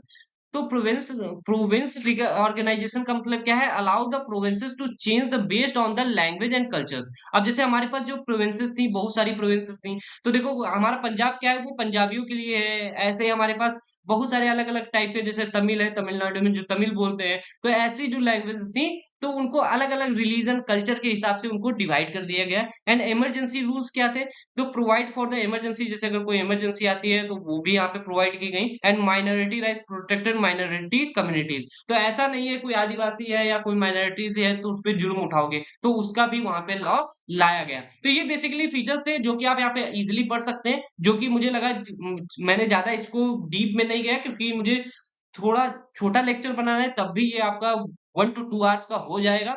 लेकिन आई होप आपको यहाँ पे मैंने जो एक्सप्लेनेशन दिया अच्छा आया होगा और समझ में आया होगा। ओके, तो यहाँ पे अगर आपको पीडीएफ डाउनलोड करनी है देन आप डाउनलोड कर सकते हैं, link in the given description box. Well, अब मैं यहाँ पे देख सकते हो एक मैंने सीन लिखा है, तो वो भी हम यहाँ पे देख लेते हैं। इसमें लिखा हुआ है, देख सकते हो, आर्टिकल्स। जो हमारे कॉन्स्टिट्यूशन ऑफ इंडिया में जो आर्टिकल्स है वो कितने हैं, इस टाइम पे अप्रॉक्स 470 आर्टिकल्स है। बट जब स्टार्टिंग हुई थी तब कितने थे, 395। मैंने बताया अमेंडमेंट होते होते कुछ लॉज और कुछ रूल्स बढ़ते गए, उसी हिसाब से आर्टिकल्स भी बढ़ते गए, तो 395 से अब अप्रॉक्स 470 के आसपास हैं। वहीं पे शेड्यूल्स की मैं बात करूं तो पहले हमारे पास 8 हुआ करते थे जब स्टार्टिंग हुई थी, लेकिन अब हमारे पास 12 है। वहीं पे हमारे पास 22 पहले पार्ट हुआ करते थे, अब हमारे पास कितने हैं, 25 पार्ट्स हैं। ठीक है, और अब आपको आर्टिकल शेड्यूल्स और यहाँ पे पार्ट्स के बारे में आई होप आपको पता चल गया होगा कि कितने-कितने हमारे पास पार्ट और शेड्यूल्स हैं, ठीक है? तो आई होप आपको समझ में आया होगा। हम थोड़ा-सा चलेंगे और मूव करेंगे, बात करेंगे इंडियन इंडिपेंडेंस एक्ट ऑफ 1947। जो 1947 एक्ट था, वो क्या था? उसके बारे में हम सब लोग थोड़ा-सा अच्छे से पढ़ते हैं। देखो क्या कहता है कि इंडियन इंडिपेंडेंस जो एक्ट 1947 है, वो किसके द्वारा किया गया था? ब्रिटिश पार्लियामेंट के थ्रू किया गया। और ब्रिटिश पार्लियामेंट क्या था? उनकी कैबिनेट मिशन था कि जो हमारी उनके कुछ सेट ऑफ रूल्स थे, अगर वो हैंड ओवर करेंगे पावर्स हमारे इंडियन लीडर्स को कि कैसे हम अपनी कंट्री को गवर्न करेंगे, बट उनके सेट ऑफ कुछ रूल्स थे, उनको फॉलो करना पड़ेगा और कुछ उनकी मांगे थी। तो वो कौन ये इंडिपेंडेंस एक्ट लागू किया? ब्रिटिश पार्लियामेंट ने किया, ठीक है? तो ये जो देखो सेकंड पॉइंट क्या है? इंडिपेंडेंस। इंडिपेंडेंस क्या? India was granted full independence on the 15 अगस्त। ये तो आपको पता ही है, 15 अगस्त को इंडिपेंडेंस हो गया। लेकिन उसके देख सकते हैं यहाँ पे पार्टीशन हुआ। The act divide the British India into the two independent dominions, India और पाकिस्तान। जो हमारा पार्टीशन था वो ब्रिटिश इंडिया का जो हमारा पार्टीशन था वो दो पार्ट में हो गया, एक इंडिया, एक Pakistan, based on the religion. Hindu और अदर कास्ट के जो लोग थे वो इंडिया में, और जो मुस्लिम कम्युनिटी थी वो पाकिस्तान में रहने लगी। वहीं पे देख सकते हो क्रिएशन ऑफ पाकिस्तान, ये क्या कहता है? तो Pakistan was created a separate state for the Muslims and consisting of two regions, west Pakistan जिसको हम प्रेजेंट डे पाकिस्तान बोलते हैं, एंड ईस्ट पाकिस्तान जिसको हम सब लोग पहले के आप क्या बोलते हैं? बांग्लादेश बोलते हैं। तो ये चीज है। और वेस्ट पाकिस्तान को हम सब लोग प्रेजेंट डे पाकिस्तान बोल रहे हैं और ईस्ट पाकिस्तान को बांग्लादेश बोलते हैं। और यहाँ पे देख सकते हो उसके बाद आपको पॉइंट लिखना है end of British rule. The British parliament ended its authority in the India and government of India act 1935 was repealed, ठीक है? और वहीं पे देख सकते हो constituent assembly and each dominion was allowed to set up its own constituent assembly to draft its constitution। मैंने बताया था अभी constituent assembly में, मैंने बताया था मुस्लिम हिंदू सभी मिला करके एक constituent assembly में लोगों को बुलाया गया। तो हमारे पास टोटल 395 लोग बैठे थे, उसमें थे, पार्टिसिपेट हुए, और इतने लोग constituent assembly में मेंबर्स थे। लेकिन क्या हुआ, जब डिवाइड हो गए तो यहाँ पे 299 इंडिया के मेंबर्स बचे और बाकी अपने जो पाकिस्तान था, वो जो पाकिस्तान था उसने अपना क्या किया, अपने कॉन्स्टिट्यूएंट असेंबली बनाई और उन्होंने अपना कॉन्स्टिट्यूशन बनाया। आई होप आपको समझ में आया होगा। वहीं पे गवर्नर जनरल की मैं बात करूं, the act provided for the appointment of the governor general for each dominion and who act on the advice of the minister. Advice of the minister से ये गवर्नर जनरल प्रोवाइड अपॉइंट किया गया, ठीक है? एंड राइट ऑफ माइनॉरिटीज की बात करूं मैं, तो यहाँ पे जो प्रोविजंस थे वो made to protect the right of the minorities in both countries. दोनों कंट्रीज में जो प्रोविजंस थे, अलग अलग क्षेत्र थे, वो माइनॉरिटीज को बचाने के लिए बहुत सारे काम किए, ठीक है? उन पे काम होने लगा। वहीं पे देख सकते हो no further legislation, the British parliament would not legislate for India and after act came into the force. जैसे हमारा 1947 एक्ट आया उसके बाद में कोई भी ब्रिटिश पार्लियामेंट का रूल नहीं रहा इंडिया में, और ये अपने हिसाब से अपनी इंडिया काम करने लगी, and the transfer of the power. और लास्ट में क्या हुआ, जो ब्रिटिश इंडिया थी उसने क्या किया, अपनी पावर इंडिया को सौंप दी और पाकिस्तान को, जो कि दोनों अलग अलग सेपरेट हो गए 15 अगस्त 1947 को। आई होप आपको ये समझ में आया होगा कि इंडिया इंडिपेंडेंस एक्ट क्या होता है और इसको हम कैसे एग्जाम में लिखेंगे। तो मैंने पॉइंट वाइज लिखा है, सो आप समझ पाएंगे कि कौन सी लाइन किस किस वे में है। Okay, so this is it guys. तो इसका इम्पैक्ट क्या पड़ा वो भी हम देख लेते हैं। तो देखो, end of colonial rule mark the end of the 200 years of British colonial, ठीक है? हमको ब्रिटिश सरकार को एंड कर दिया, 200 साल से जो राज कर रहे थे। And mass migration, the partition led one of the largest migration in the history, and with the millions of the peoples moving across the border based on the religious identity, because हिंदू मुस्लिम का जब हमारा partition हुआ Pakistan India का, तो उसमें बहुत सारे जो हिंदू कम्युनिटी के थे वो इधर आए, मुस्लिम कम्युनिटी के कुछ इधर गए, कुछ वेस्ट पाकिस्तान गए, कुछ ईस्ट पाकिस्तान गए, ठीक है? जिसको हम ईस्ट पाकिस्तान को अभी हम बांग्लादेश भी कहते हैं ना। सो कम्युनल वायलेंस हो गया, the division cost wide spread communal violence and leading to significant loss of the life and displacement. देखो, जब ये हुआ तो बहुत सारे लोगों की जान भी गई, क्योंकि वो डिवीजन में और लोगों को बॉर्डर को क्रॉस करने में बहुत सारे लोग इधर उधर जाने में भटक गए ना। तो foundation of the future government, फिर क्या हुआ, the act set the stage for the establishment of the independent government in the both India and Pakistan, because यहाँ पे हम अपना कॉन्स्टिट्यूशन लगा सकते थे, अपनी सरकार बना सकते थे और अपना जो फ्रीडम ऑफ राइट्स के साथ में जी सकते थे। So this is the main point foundation of the future government. हम फ्यूचर गवर्नमेंट को अपने अपने देश में लगा सकते थे इस एक्ट के बाद। तो अच्छा, इसके कुछ फीचर्स हैं जो कि मैं यहाँ पे पहले ही बता चुका हूँ, उनके बारे में लिख चुका हूँ, तो आप अगर पीडीएफ पढ़ेंगे तो समझ में आ जाएगा।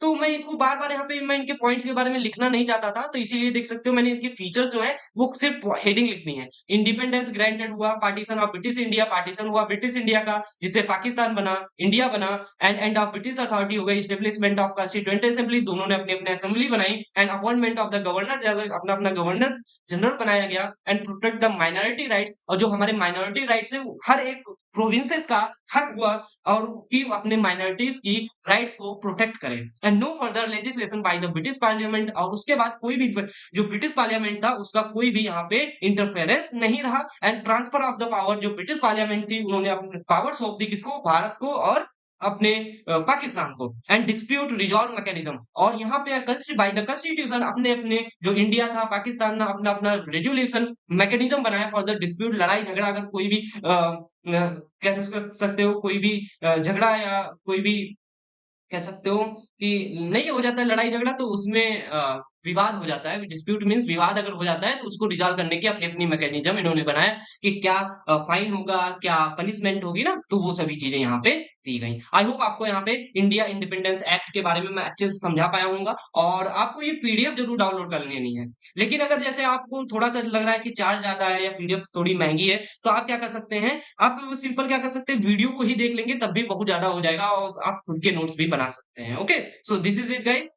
वेल, अब हम यहाँ पे इन्फोर्समेंट ऑफ कॉन्स्टिट्यूशन की बात करेंगे। ये भी आपका 2 मार्क्स में आने के चांसेस है, तो इसीलिए मैंने इसको भी लिख दिया है। तो देख सकते हो, enforcement of the constitution is a vital for the maintaining the rule of the law and protecting the individual rights and ensuring a balance system of the government. So enforcement क्या है कि ये कहता है कि अपने जो कॉन्स्टिट्यूशन है उसको कैसे मेंटेन करने हैं, उसके लॉज को कैसे हमें प्रोटेक्ट करना है, हर एक सिटीजन के इंडिविजुअल राइट्स को, और कैसे अपनी जो हमारी सरकार है या गवर्नमेंट है उस वो कैसे बैलेंस रहेगी सिस्टम के थ्रू। तो वो सभी चीजें किसके इन्फोर्समेंट के अंदर आती है कि आपको ये फॉलो ही करवाना है। अगर कोई नहीं फॉलो कर रहा है तो आपको उसको पनिशमेंट करनी है। तो इससे क्या होगा कि लोग फॉलो करेंगे, जैसे आप ट्रैफिक का लाइट्स के रूल तोड़ते हैं, देन आपको पनिश किया जाता है, जिससे क्या होता है कि आप कॉन्स्टिट्यूशन को फॉलो करते हैं। So it provide the framework for the accountability and justice in a democratic society।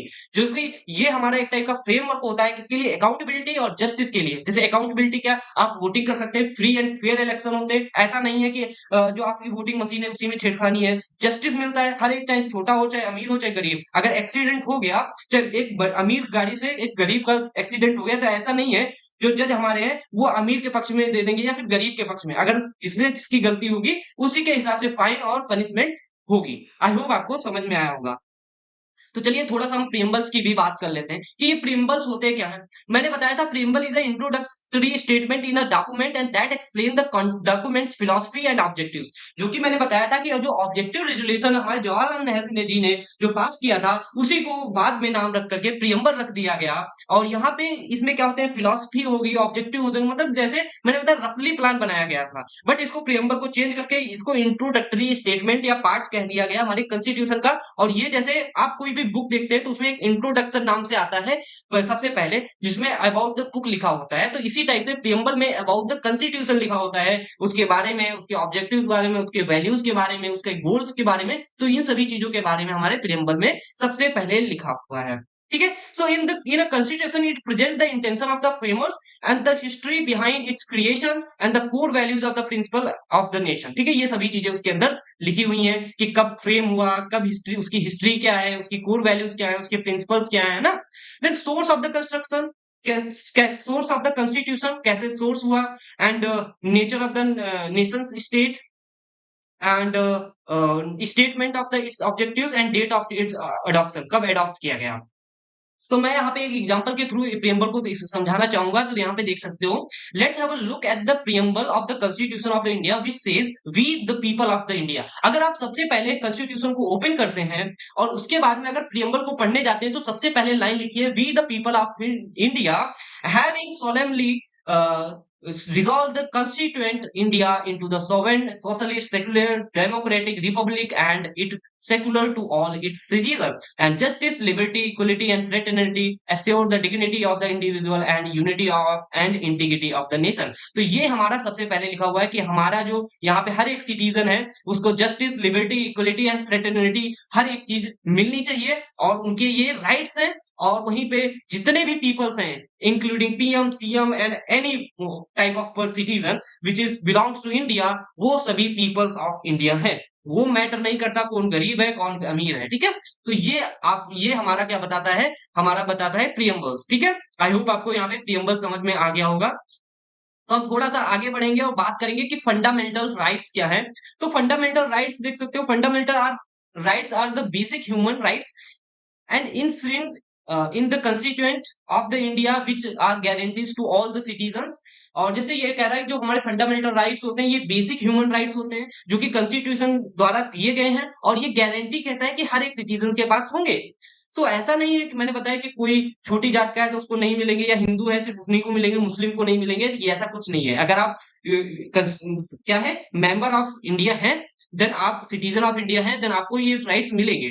So list of the rights in the constituent of the given below, जो हमारे कुछ राइट्स हैं वो नीचे दिए गए हैं। जैसे हमारे सबसे पहले राइट टू इक्वलिटी। तो देखो मैंने जो यहाँ पे राइट्स लिखे हैं तो ये कौन से कंस्टिट्यूएंट्स में किस आर्टिकल पे है ये आपको जरूर एग्जाम में लिखना है। तो इसीलिए मैंने क्या किया, एक लाइन वाइज लिखा है। तो जो हमारा इक्वलिटी, राइट टू इक्वलिटी आता है ये हमारा 14 टू 18 आर्टिकल्स में आता है।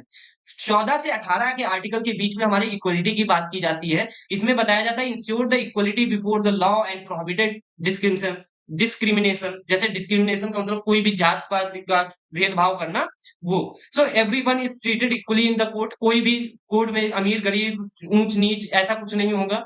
एंड ये सभी कौन से आर्टिकल में लिखे हैं, 14 से 18 के आर्टिकल के बीच में लिखे हुए हैं, ठीक है। एंड वहीं पे मैं राइट टू फ्रीडम की बात करूं तो ये देखो 14 से 18 तो 19 से 22, 14 से 18 तो 19 से 22, ये याद रखना। सो राइट टू फ्रीडम 19 से 22।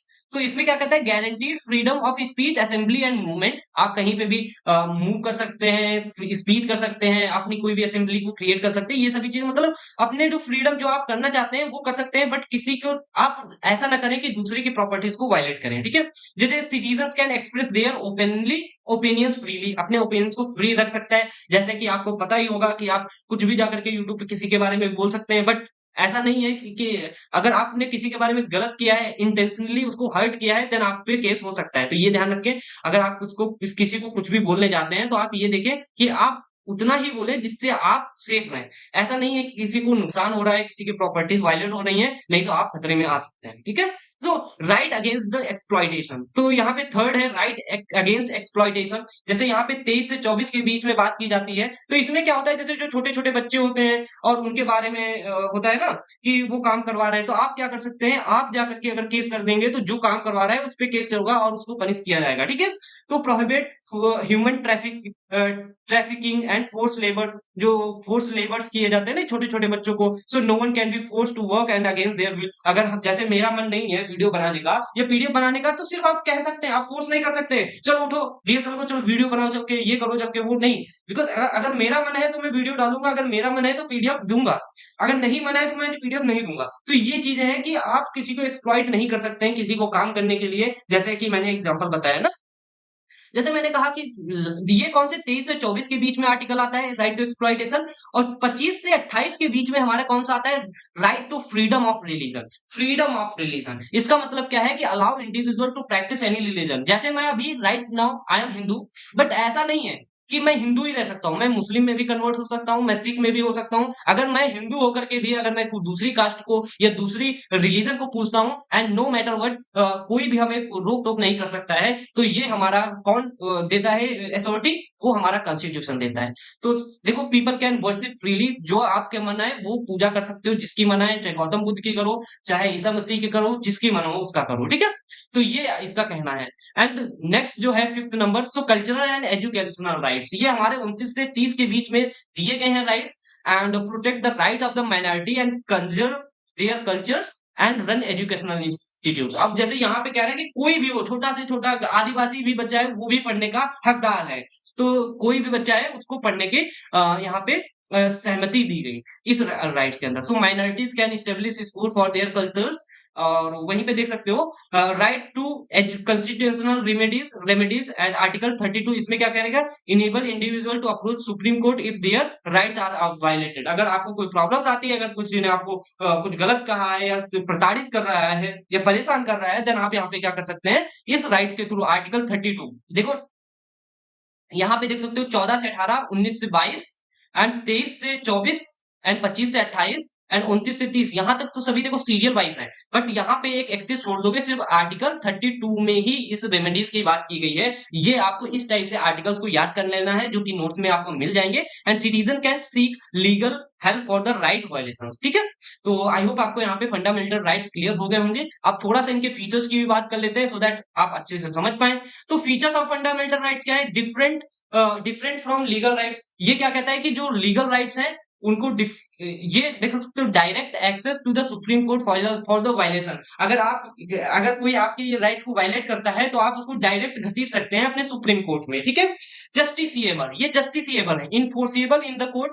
अगर आपको कोई प्रॉब्लम कर रहा है या कोई ऐसा परेशान कर रहा है, देन आप उसको कोर्ट में लेकर जा सकते हैं। अमेंडेबल है, देखो, can be change by the parliament. अगर पार्लियामेंट चाहती है इन राइट्स को चेंज करना तो वो चेंज कर सकते हैं, but not if it altars the constituent basic structure. लेकिन ऐसा नहीं है कि जो हमारा कॉन्स्टिट्यूशन है उसका बेसिक स्ट्रक्चर ही की धज्जियां उड़ा दो। नहीं, पार्लियामेंट के पास भी कुछ पावर्स हैं। तो मेंबर ऑफ पार्लियामेंट मतलब लेजिस्लेटिव, क्या बोल मैंने बताया था, लेजिस्लेटिव को ही मेंबर्स ऑफ पार्लियामेंट बोलते हैं। तो पार्लियामेंट का मतलब ये नहीं सोचना कोई एक बिल्डिंग है। मेंबर्स ऑफ पार्लियामेंट मतलब ये जो पार्लियामेंट होता है ये एक ग्रुप होता है, ठीक है। जैसे एक टीम होती है, टीम क्या होती है, उसमें ग्रुप ऑफ प्लेयर्स होते हैं, ऐसे कुल ग्रुप ऑफ मेंबर्स होंगे पार्लियामेंट के अंदर, जो कि हमारे लेजिस्लेटर कह सकते होते हैं, ठीक है, जो कि रूल बनाते हैं। सो सस्पेंशन इन द इमरजेंसी, अगर can be suspended during the national, ऐसा नहीं है जैसे मैंने बताया कोरोना वायरस आ गया, अब उसमें तुम सोच रहे हो कि यार भाई मैं मेरे फ्रीडम ऑफ राइट्स नहीं है, मैं कहीं बाहर नहीं जा सकता हूँ, मैं कुछ कर नहीं कर सकता हूँ, मास्क लगा कर जाना पड़ रहा है, मैं नहीं लगाऊंगा, तो ऐसा कुछ नहीं है। जब इमरजेंसीज आती हैं तो वहां पे आपके ये रूल्स, ये जो राइट्स हैं वो ले लिए जाते हैं। वहीं पे रेस्ट्रिक्ट अंडर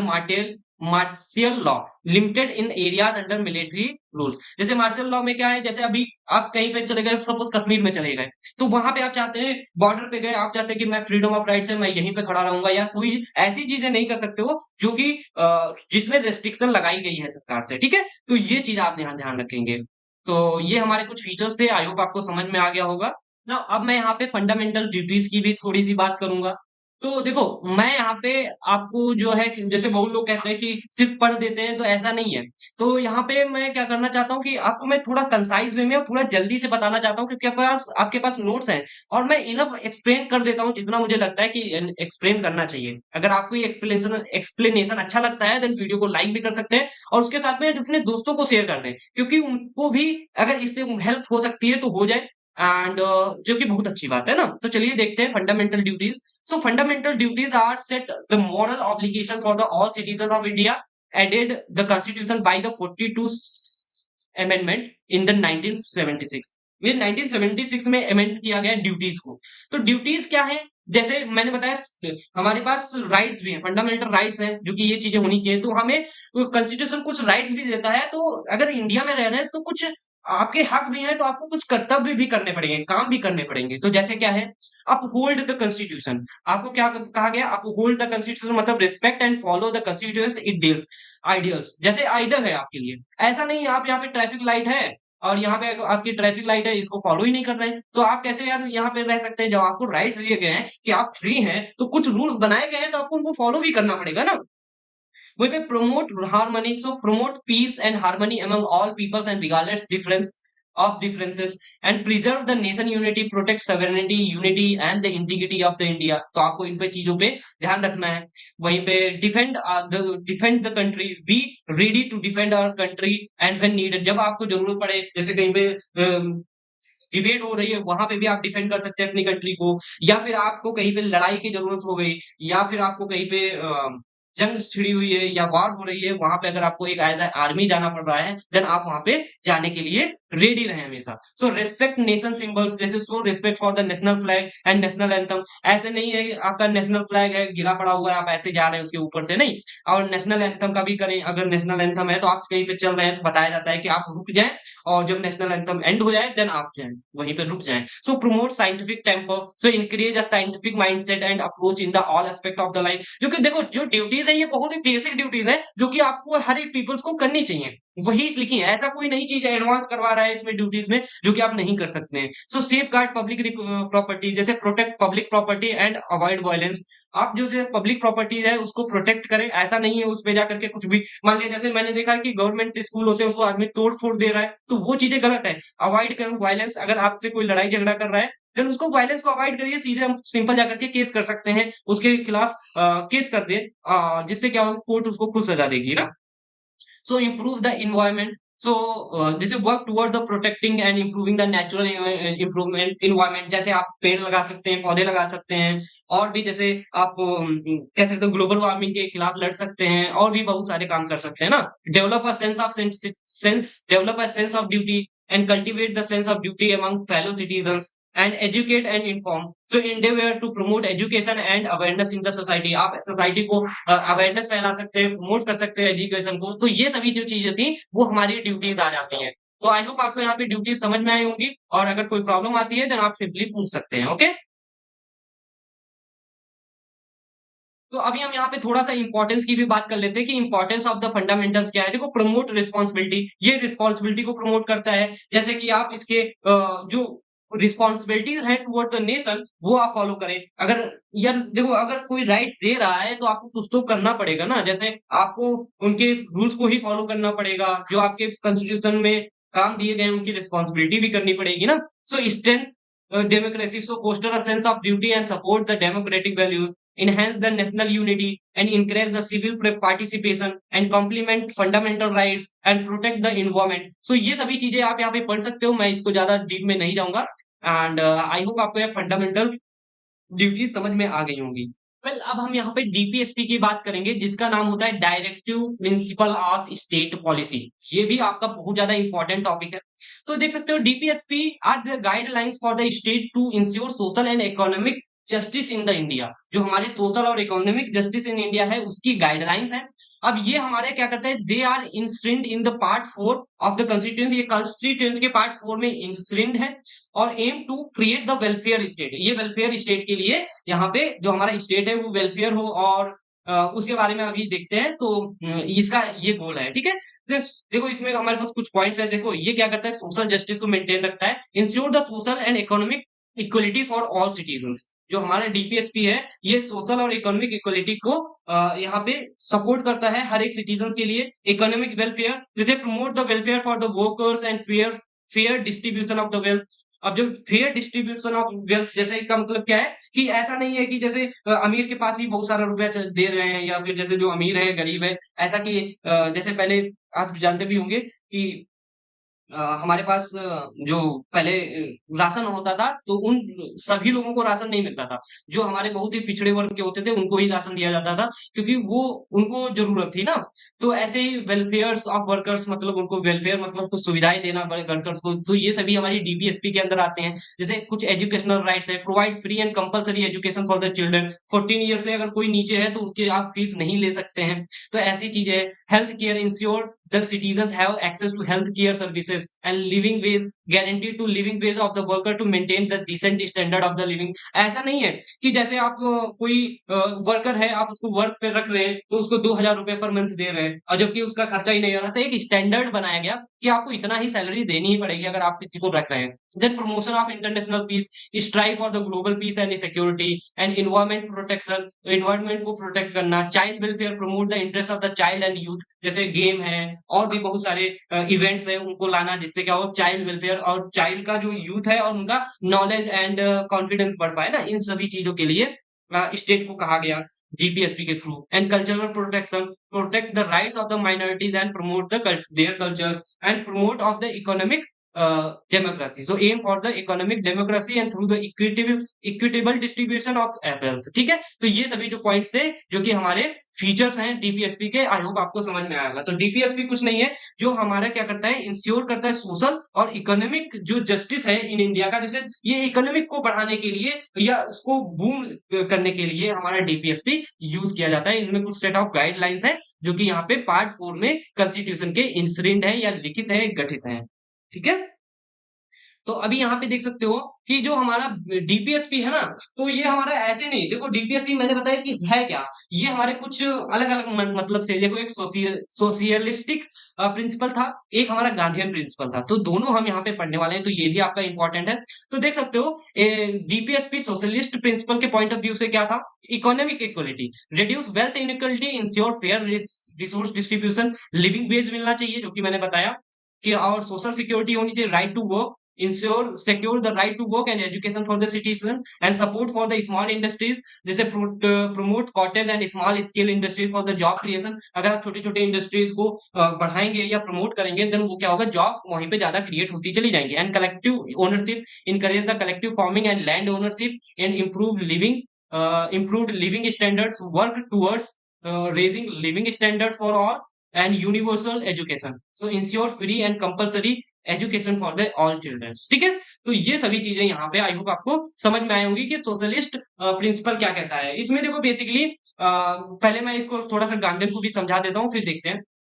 तो DPSP based on the Gandhian principle क्या कहता है, प्रमोट ऑफ वेलनेस इंडस्ट्रीज, जैसे encourage small scale and cottage industries, self reliance, foster self sufficiency in the local communities, and gram swaraj, advocate for the self governing village and protection of the weak, ensure welfare for the marginalized groups, and environmental conservation, advocate for the protecting the environment। So ये सभी चीजों मतलब यहाँ पे basically ये कह सकते हो कि वकील और उनके बारे में यहाँ पे बात कर रहे हैं, हर एक का होना चाहिए। और जो गांधीयन प्रिंसिपल था, जो हमारे गांधी जी को पूजने वाले लोग थे, उनके हिसाब से ये डीपीएसपी लाया गया।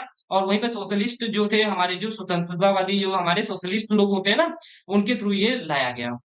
जो आई होप आपको ये चीजें दोनों समझ में आई होंगी। नाउ अगर मैं यहाँ पे डीपीएसपी सोशलिस्ट प्रिंसिपल और गांधीयन को यहाँ पे समराइज करना चाहूँ, तो मैं यही कहूंगा, जो सोशलिस्ट थे वो देख सकते हो हमारे जो पीपल्स हैं, सिटीजन्स के राइट टू वर्क एंड उनकी सिक्योरिटी को लेकर के, उनकी जो लिविंग वेज थी, इकोनॉमिक पे बात की। वहीं पे जो हमारे गांधीयन प्रिंसिपल्स थे, उनके हिसाब से जैसे विलेज के बारे में, और जो हमारा यहाँ पे जो गाँव के जो पिछड़ा वर्ग है उसको थोड़ा सा बढ़ाने के लिए इन प्रिंसिपल्स में बात की गई। ठीक है, तो इनके अलग अलग आर्टिकल्स में यहाँ पे दर्शाया गया है, जो कि आप कॉन्स्टिट्यूशन अगर पढ़ना चाहें तो आप वहां से पढ़ भी सकते हैं। तो आई होप आपको ये क्लियर कर दिया होगा। तो अब थोड़ा सा यहाँ पे बात करते हैं, DPSP added by the 42 amendment 1976 में जो ऐड किया गया, उससे क्या होता है, देखो आर्टिकल जो 39 है उसमें क्या किया गया, secure opportunity for the health development of the children, and 39A में promote equal justice and provide free legal aid to poor.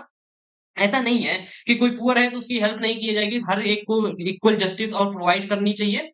And article 43A में क्या है, ensure workers participation in the management industries, and article 48 में क्या है, protect and environment, improve environment and safeguarding forest and wildlife. ठीक है, तो ये सभी चीजों पे यहाँ पे बेसिकली जो डीपीएसपी जो 42 अमेंडमेंट हुआ था 1976 में, जो कि इस टाइप से यहाँ पे ये चीजें डीपीएसपी में ऐड की गई इन आर्टिकल्स में। ठीक है, तो ये सभी हमारे डीपीएसपी के बारे में था, जो कि नोट्स में है। मैं फिर से बता दूं, आपको अगर नोट्स को डाउनलोड करना है तो सिंपल जाकर के आप यहाँ पे डाउनलोड कर सकते हैं। जो हमारा पार्लियामेंट सिस्टम है, इसको हम यहाँ पे देखने वाले हैं, पार्लियामेंट्री सिस्टम क्या था। तो देखो ये इंपॉर्टेंट भी है और आपको ये जानना भी जरूरी है एज एन इंडियन। ठीक है, तो देखते हैं यहाँ पे, देखो parliamentary system is a type of government, एक टाइप की गवर्नमेंट है where the executive branch derive its legitimacy from the legislature, parliament is accountable to it. मतलब जो यहाँ पे जो गवर्नमेंट है वो अपनी पावर या लेजिटिमेसी, जैसे जो पावर है, सत्ता है, वो पार्लियामेंट से ही लेती है। जैसे मैं यहाँ पे बता दूं, जैसे हमारे पास एक पार्लियामेंट होती है, आपको पता है पार्लियामेंट। ठीक है, तो पार्लियामेंट में क्या होता है कि हमारे बहुत सारे एमपीज होते हैं, मेंबर्स ऑफ पार्लियामेंट। क्या होते हैं, मेंबर्स ऑफ पार्लियामेंट। अब उन्हीं पार्लियामेंट में से एक जो चूज किया जाता है उसको हम बोलते हैं प्राइम मिनिस्टर। उसी पार्लियामेंट का वो मेंबर भी होगा और ये मिनिस्टर भी होगा, क्योंकि वो मेजोरिटी केस में जिसके पक्ष में ज्यादा लोग होंगे वही प्राइम मिनिस्टर बनता है। ठीक है, यहाँ पे क्लियर हो गया। अब यहाँ पे जो ये प्राइम मिनिस्टर यहाँ पे क्लियर हो गया, तो ऐसे ही हमारे पास क्या होते हैं, अब आपको पता होगा कि बहुत सारे हमारे काउंसिल ऑफ मिनिस्टर भी बनते हैं, काउंसिल ऑफ मिनिस्टर्स। तो काउंसिल ऑफ मिनिस्टर जो होते हैं वो भी हमारे पार्ट किसके होते हैं, मेंबर ऑफ पार्लियामेंट्स के। और वो कहां से चूज किए जाते हैं, मेंबर ऑफ पार्लियामेंट्स में। जो मेंबर ऑफ पार्लियामेंट में मेंबर्स होते हैं उन्हीं में से कुछ हमारे काउंसिल ऑफ मिनिस्टर्स चूज किए जाते हैं। तो हम यहाँ पे कह सकते हैं सभी जो काउंसिल ऑफ मिनिस्टर जो है वो मेंबर ऑफ पार्लियामेंट होते हैं, लेकिन सभी जो मेंबर ऑफ पार्लियामेंट है वो काउंसिल ऑफ मिनिस्टर नहीं होते हैं। क्लियर है? ओके। तो यहाँ पे अभी क्लियर हो गया कि पार्लियामेंट्री सिस्टम क्या है, एक टाइप की गवर्नमेंट है जहां पे मेंबर ऑफ पार्लियामेंट जो भी हमारे होते हैं वो वहां पे संसद में बैठते हैं और क्या होते हैं वो अपनी और उसी उन्हीं में से एक जो है हमारा सदस्य चूज किया जाता है पीएम के लिए। ठीक है, और ये क्या होता है, ये सोच सकते हो ये हमारा बॉस होता है किसी भी पार्लियामेंट का। ठीक है, तो यहाँ पे देख सकते हो इज अकाउंटेबल टू इट। और ध्यान में देखना कि जो हमारे यहाँ पे जो मेंबर ऑफ पार्लियामेंट होंगे कुछ हमारे पक्ष में होंगे कुछ अपोजिशन में होंगे। ठीक है, जो अपोजिशन में होते हैं वो इनसे क्वेश्चन भी कर सकते हैं और इनसे जो काम कर रहे हैं उनके बारे में मांग भी सकते हैं, इसलिए ये अकाउंटेबल होते हैं और इसमें ट्रांसपेरेंट होते हैं। ठीक है, तो यहाँ पे देख सकते हैं इसका कुछ ओवरव्यू, ब्रीफ ओवरव्यू है, मैं बता देता हूँ। यहाँ पे देखो इसमें क्या होते हैं, पार्लियामेंट में 2 हाउसेस होते हैं, एक होता है लोकसभा एंड एक होता है राज्यसभा। लोक से ही आपको समझ में आ रहा होगा कि लोक का मतलब लोग मतलब लोगों की, पीपल ऑफ द हाउस, इसको क्या बोलते हैं, पीपल ऑफ द हाउस। ठीक है, तो इसको हम पीपल ऑफ द हाउस बोलेंगे और ये काउंसिल ऑफ द स्टेट्स होती है। तो यहाँ पे हम ये देखो इसको हम बोल सकते हैं कि ये लोअर हाउस होता है, ये अपर हाउस होता है, ये उच्च सदन होता है राज्यसभा और ये निम्न सदन होता है। ठीक है, तो वहीं पे देख सकते हो prime minister as a head of the government. जो हमारा पार्लियामेंट्री सिस्टम होता है उसमें जो हेड कौन होता है, हेड हमारा प्राइम मिनिस्टर होता है और वो कहां से चूज किया जाता है, मेंबर ऑफ पार्लियामेंट में से ही। और वहां पे देख सकते हो the prime minister is elected by the majority party in the Lok Sabha and leads to the government and collective responsibility. The council of the minister is collectively responsible to the Lok Sabha, meaning that the must to contain the confidence to stay in the power. देखो अभी यहाँ पे जैसे PM है, अगर PM किसकी सरकार बनेगी, पीएम जिसके पक्ष में ज्यादा मेंबर ऑफ पार्लियामेंट या मिनिस्टर्स होंगे, जो कि आपको यहाँ पता होगा जो सांसद जीत के आते हैं ना, तो आपको पता क्लियर हो गया। लेकिन अगर वो अपोजिशन में अगर ज्यादा हो जाएंगे तो यहाँ पे ये पीएम की पावर नहीं रहेगी, वो अपना चाहेंगे उसको बना सकते हैं। तो इसका कहने का ये मतलब है। वहीं पे देख सकते हैं fusion of power, the executive and legislative branches are interconnected. और यहाँ पे देखना जो एग्जीक्यूटिव है ब्रांच, जो कि मैंने बताया था कि एग्जीक्यूटिव ब्रांच क्या होती है, ये एक ऐसी ब्रांच है जहां पे हम क्या करते हैं, यहाँ पे हमारे जैसे मंत्री परिषद आता है, कौन आता है, मंत्री परिषद आता है। तो मंत्री परिषद जो है और साथ में जो लेजिस्लेटिव है, लेजिस्लेटिव मैंने क्या बताया था, जो रूल्स बनाते हैं या फिर जो लॉज बनाते हैं, ये लॉज मेकर होते हैं। और ये क्या होते हैं, ये उनकी हेल्प करते हैं, ये समझ सकते हो बॉस टाइप के होते हैं। तो ये दोनों एक दूसरे के साथ इंटरकनेक्टेड है। And member of executive being the part of the legislature, जो हमारा मेंबर ऑफ एग्जीक्यूटिव जो होते हैं वो हमारे पार्ट हो सकते हैं लेजिस्लेचर के। इसीलिए यहाँ पे संयोग है फ्यूजन ऑफ पावर। ठीक है, पावर का संयोग। एंड मेजोरिटी रूल क्या कहता है, the party and coalition, coalition का मतलब आप समझ लीजिए गठबंधन, गठबंधन या फिर कोई सत्ता वाली पार्टी है जो मेजोरिटी सीट से है in the Lok Sabha form the government. जो जिसके पास ज्यादा सीट्स होगी वही हमारी गवर्नमेंट फॉर्म हो जाएगी। ठीक है, पार्लियामेंट में। And dissolution of the lower house, यहाँ पे कह रहा है Lok Sabha can be dissolve by the president. अगर जब मन आएगा तो वो हमारी लोकसभा को डिसॉल्व कर सकता है। बेसिकली जो लोकसभा का कार्यकाल 5 साल का होता है हर एक लोकसभा में, तो उसको डिसॉल्व भी कर सकता है। और वो किसकी एडवाइस से प्राइम मिनिस्टर की एडवाइस को लेकर के वो न्यू इलेक्शन भी करवा सकता है। ठीक है, and role of the opposition, so I strong opposition is vital for the accountability. जैसे अगर हमारे पास एक पक्ष में है एक अपोजिशन में है, अगर ये हमारे चलो ये पीएम है और उनके कुछ मिनिस्टर्स हैं, बट यहाँ पे अगर अपोजिशन भी बहुत हाई और तगड़ी वोटिंग से या उनके भी पक्ष में बहुत सारे मिनिस्टर्स हैं, देन क्या होगा, ये अकाउंटेबल होंगे, जो मनाएगा वो नहीं करेंगे, उनसे ये क्वेश्चन भी कर सकते हैं, उनसे हर एक चीज पूछ सकते हैं। ठीक है, इस टाइम पे जो हमारी सरकार है वो बैलेंस है, क्योंकि हमारी जो मोदी जी हैं वो बहुत ज्यादा वोटों से नहीं जीते हैं, जबकि वो कोएलिशन से भी जीते हैं। कोएलिशन का मतलब होता है आपको पता होगा कि गठबंधन से जीते हैं ना, तो इसलिए ये इस टाइम की सबसे बैलेंस हमारी गवर्नमेंट है। सो वहीं पे देख सकते हैं रोल ऑफ द अपोजिशन, जो कि मैंने बताया कि opposition is vital for the accountability and allow check and balances in the government. अगर कोई ज्यादा पावर में सत्ता में है तो वहां पे ये ज्यादा जो इंपॉर्टेंट होता है। और देखो ये जो पार्लियामेंट होता है वही कैबिनेट को भी यहाँ पे सेट करता है। तो कैबिनेट में बहुत सारे काउंसिल ऑफ मिनिस्टर्स हो सकते हैं। द प्राइम मिनिस्टर जो वहीं पे प्राइम मिनिस्टर होता है उस पार्लियामेंट में, उसी जो मेंबर ऑफ पार्लियामेंट होते हैं उनमें से ही कुछ लोगों को क्या करता है, काउंसिल ऑफ मिनिस्टर्स यहाँ पे बना देता है। जैसे काउंसिल ऑफ मिनिस्टर्स जो आते हैं वो तो आपको पता ही होने चाहिए कि जो हमारे नहीं छोटे छोटे काम होते हैं, रेल मंत्री और भी हमारे एजुकेशन मिनिस्टर, तो ये सभी जो होते हैं वही हमारे काउंसिल ऑफ मिनिस्टर के अंदर आते हैं। वो head the various department and make decision collectively, जो कि हेड करते हैं वेरियस डिपार्टमेंट को। ठीक है, तो चलिए हम आगे थोड़ा सा और पढ़ते हैं। और यहाँ पे देख सकते हो मैं सीन में एक इंपॉर्टेंट चीज लिखा हूँ, वो आप जरूर पढ़ लें। जो council of minister include the different categories like cabinet ministers, ministry of ministers of state and deputy ministry. तो ये हमारे तीन होते हैं। सीनियर मिनिस्टर होते हैं, इनमें बड़े बड़े काम लिए जाते हैं। जूनियर मिनिस्ट्री हु में असिस्ट कैबिनेट मिनिस्टर, जो कैबिनेट मिनिस्टर होते हैं उनको असिस्ट करते हैं, and provided further support in the specific areas. तो तीन टाइप के हमारे काउंसिल ऑफ मिनिस्टर्स होते हैं। तो यहाँ पे ये चीज हो गई। तो एक चीज और हम देख लेते हैं, दूसरा भी सीन यहाँ पे एमपीज का मतलब member of parliament elected to the legislator to make law and represent to the people. और ये रिप्रेजेंट करते हैं पीपल्स को, और उसके बाद में ये हेल्प करते हैं किसमें, लेजिस्लेचर, मतलब जो लॉज बनाने के लिए ये लेजिस्लेचर की हेल्प करते हैं। ठीक है, और यहीं पे देख सकते हो काउंसिल ऑफ मिनिस्टर क्या होता है, part of the executive and chosen from the among the MPs. ये जितने भी एमपीज होते हैं, मैंने बताया था मेंबर ऑफ पार्लियामेंट जो होते हैं, उन्हीं में से कुछ हमारे काउंसिल ऑफ मिनिस्टर्स चूज कर लिए जाते हैं for implementing laws and running the government. ठीक है, and whose while all ministers are MPs but not all MPs are the ministers। ये इंपॉर्टेंट चीज आप यहाँ पे ध्यान रख लीजिए। ठीक है, तो यहाँ पे आई होप आपको पार्लियामेंट्री सिस्टम में समझा पाया होगा। इसके बारे में पूरी यूनिट है नेक्स्ट पार्ट में, तो उसको हम अच्छे से पढ़ेंगे, तो अभी ज्यादा इसको टेंशन नहीं लेनी है। तो चलिए हम थोड़ा सा बात करने वाले हैं फेडरल सिस्टम की। फेडरल सिस्टम को मैं ज्यादा एक्सप्लेन करने की जरूरत नहीं है क्योंकि ये बहुत ही इजी है। देखो federal system of the government divide the power and between the central, जिसको नेशनल और इसको स्टेट, रीजनल मतलब स्टेट गवर्नमेंट के पावर में हम डिवाइड कर सकते हैं। तो इसमें क्या होता है कि इसमें कुछ फीचर्स हैं। तो वो फीचर्स कौन कौन से हैं, देखो डुअल गवर्नमेंट होनी चाहिए। देखो ये हमारा स्टेट हो गया जिसमें हमारी सेंट्रल गवर्नमेंट रहेगी, सॉरी ये हमारी कंट्री हो गई और इसमें हमारी सेंट्रल गवर्नमेंट होगी, और यहाँ पे ये बहुत सारे पार्ट्स हैं उनमें स्टेट गवर्नमेंट होगी।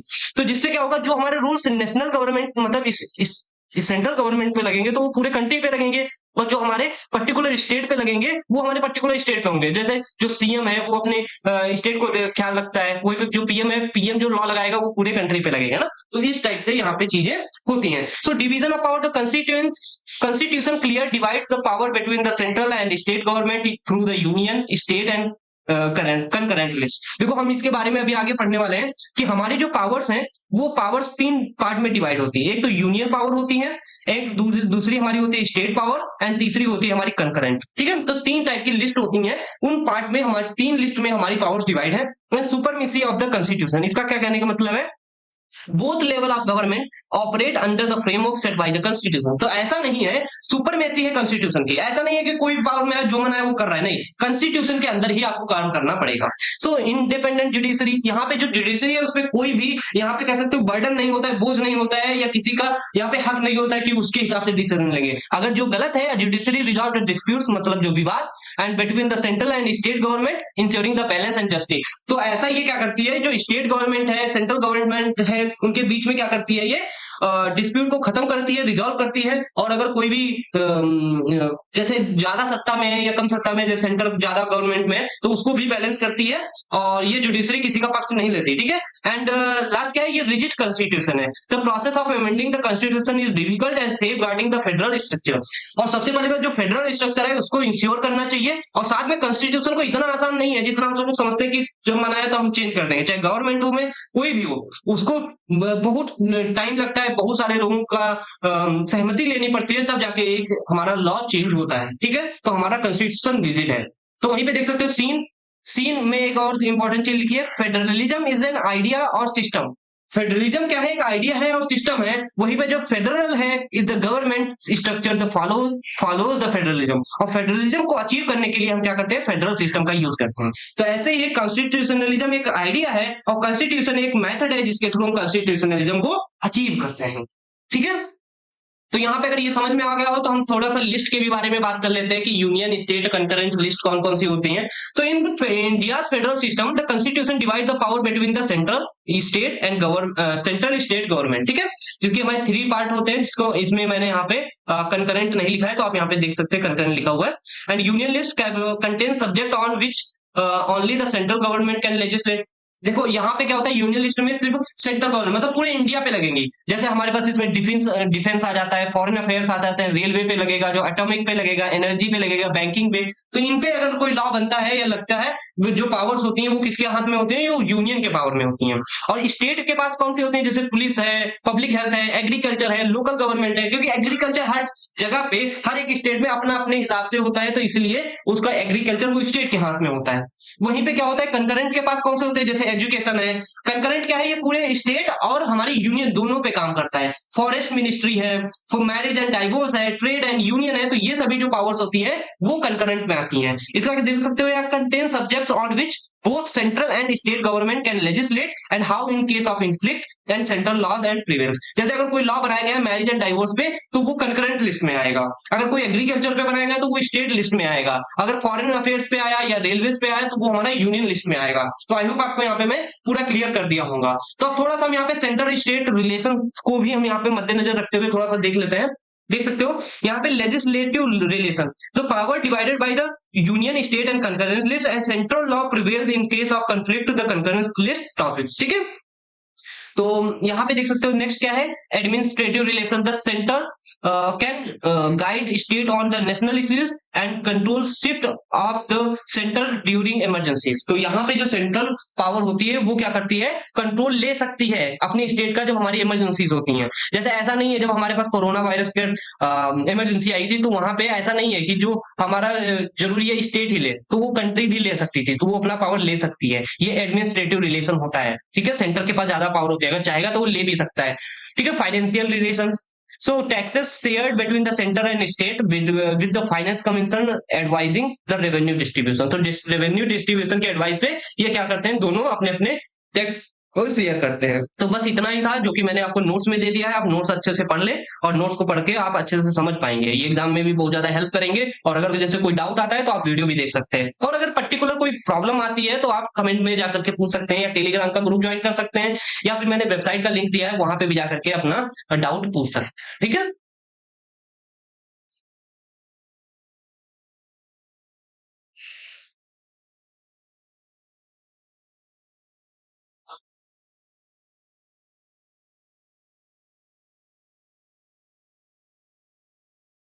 वेल अब हम यहाँ पे क्या करेंगे, थोड़ा सा बात करेंगे कि amendment of the constitutional powers and procedure, कैसे हम कॉन्स्टिट्यूशनल पावर्स और प्रोसीजर को क्या है अमेंडमेंट करने का, वो हम देखते हैं। देखो कह रहा है कि the Indian constitution can be amended to reflect the changes need to the circumstances and procedure for the amendment is the outline in the article 368। जो 368 जो आर्टिकल है उसमें लिखा हुआ है कि कैसे आप क्या पावर्स हैं, क्या प्रोसीजर है अगर आप कॉन्स्टिट्यूशन को चेंज करना चाहते हैं। ऐसे ही नहीं जो मन में आए वो चेंज कर दिए। तो simple majority, some provisions can be amended by the simple majority in the both house of the parliament, मतलब लोकसभा और राज्यसभा दोनों में चेंज हो सकते हैं, लाइक चेंजिंग स्टेट बाउंड्रीज। सो जैसे हमारी स्टेट की बाउंड्रीज हैं वो हमारी दोनों पार्लियामेंट में चेंज हो सकती हैं। एंड इस special majority most amendment required 2/3 majority. अब देखो यहाँ पे जो हमारे मेंबर ऑफ पार्लियामेंट्स होते हैं, तो मेंबर ऑफ पार्लियामेंट्स में हमारे पास बहुमत की सरकार होती है, तो 543 मेंबर ऑफ पार्लियामेंट्स होते हैं। उसमें से क्या होते हैं कि आधे से ज्यादा क्या होते हैं कि जिसके पास होंगे वो गवर्नमेंट होगी, और आधे से कम जो होते हैं वो हमारे अपोजिशन में होंगे। तो जैसे ये तो होने चाहिए, मतलब ये आधे हो गए, तो इसमें से भी हमारे 25% और भी मेंबर हो, मतलब 2/3, मतलब यहाँ पे मेंबर्स होने चाहिए, ठीक है। अगर 2/3 मेंबर्स होंगे तभी जाकर के आप यहाँ पे कोई भी चेंज कर सकते हैं। और in present in both voting, देख सकते हैं member present and voting in both houses of parliament, Rajya Sabha और लोकसभा दोनों में होने चाहिए वोट, ठीक है। And special majority and ratification by the state, so for certain amendment affecting federal provisions and the approval at least half of the state legislative is also required and also along with the special majority in the parliament. तो यहाँ पे special majority होनी चाहिए जब आप कोई भी state के लिए काम कर रहे हो या कोई अमेंडमेंट कर रहे हो, ठीक है। तो ये सभी चीजें थी। आई होप आपको अमेंडमेंट का समझ में आ गया होगा। अगर कोई डाउट आता है तो यहाँ पे देख सकते हो और पीडीएफ को भी डाउनलोड कर सकते हो। ओके, तो अभी यहाँ पे क्लियर हो गया होगा। थोड़ा सा हम यहाँ पे इमरजेंसी की बात करते हैं। तो इमरजेंसी प्रोविजन क्या था इन द इंडियन कॉन्स्टिट्यूशन, वो भी देखते हैं। So Indian constitution provide the 3 type of emergencies. एक तो आर्टिकल 352 में, एक 356 में एंड एक 360 में। तो 352 क्या कहता है, जिसको हम नेशनल इमरजेंसी बोलते हैं, ये declared when there is a threat to security of Indian and any part of due to war, external aggression and armed rebellion. ठीक है, rebellion.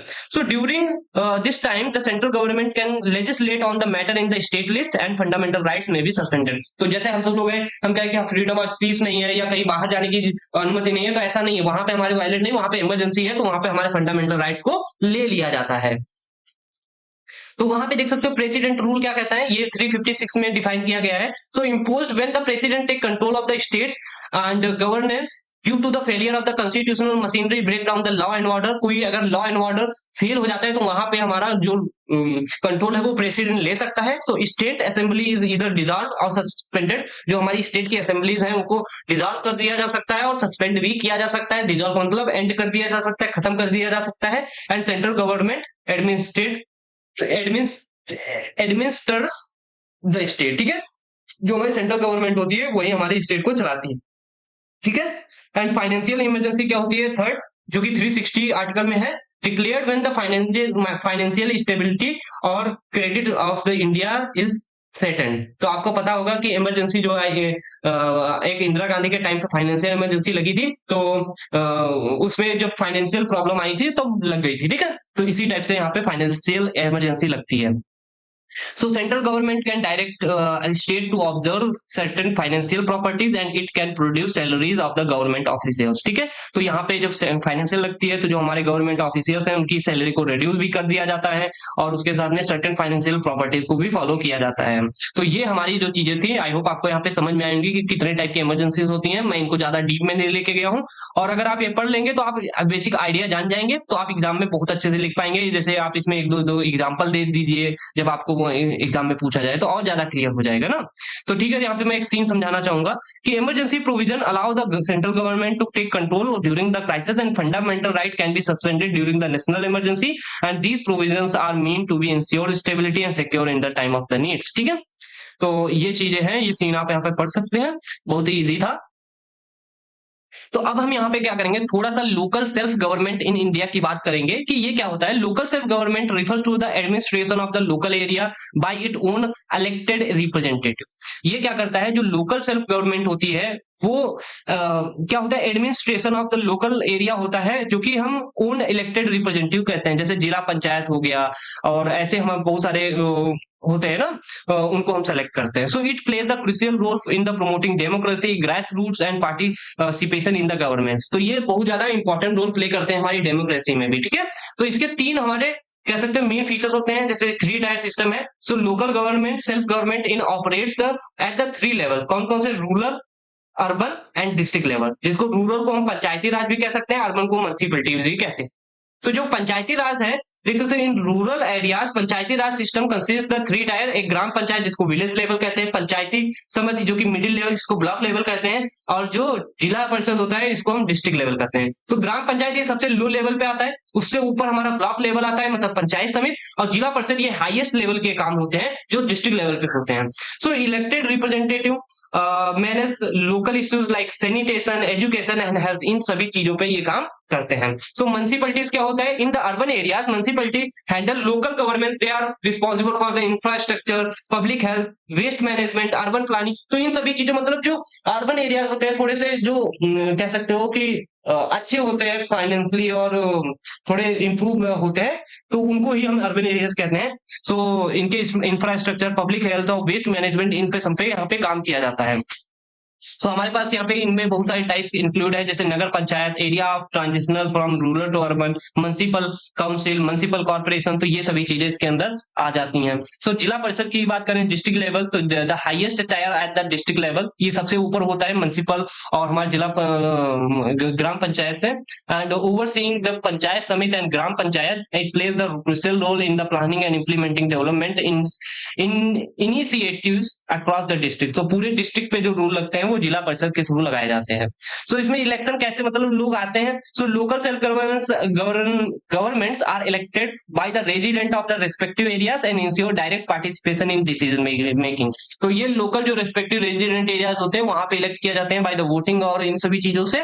And devolution of the power कैसा हुआ, देखो 73rd जो हमारा पंचायती और 74th जो हमारा म्युनिसिपैलिटीज अमेंडमेंट हुआ, वो constitution provide the devolution of the power and responsibility to local bodies and empowering to make decision on local issues. तो मैंने बताया कि जब आपको कॉन्स्टिट्यूशन बनाया गया तो वहां पे ऐसे कोई लॉस नहीं थे, लेकिन जो अमेंडमेंट हुआ 73 या 74, तो जब ये हमारे क्या हुए, चेंज हुए अमेंडमेंट, तो उसमें ये ऐड किया गया म्युनिसिपैलिटीज को, पंचायती राज को, जिससे क्या हो कि हमारे जो ये विलेज लेवल पे, डिस्ट्रिक्ट लेवल पे जो काम है वो भी अच्छे से हो पाए। तो अच्छा, इंपॉर्टेंस क्या है?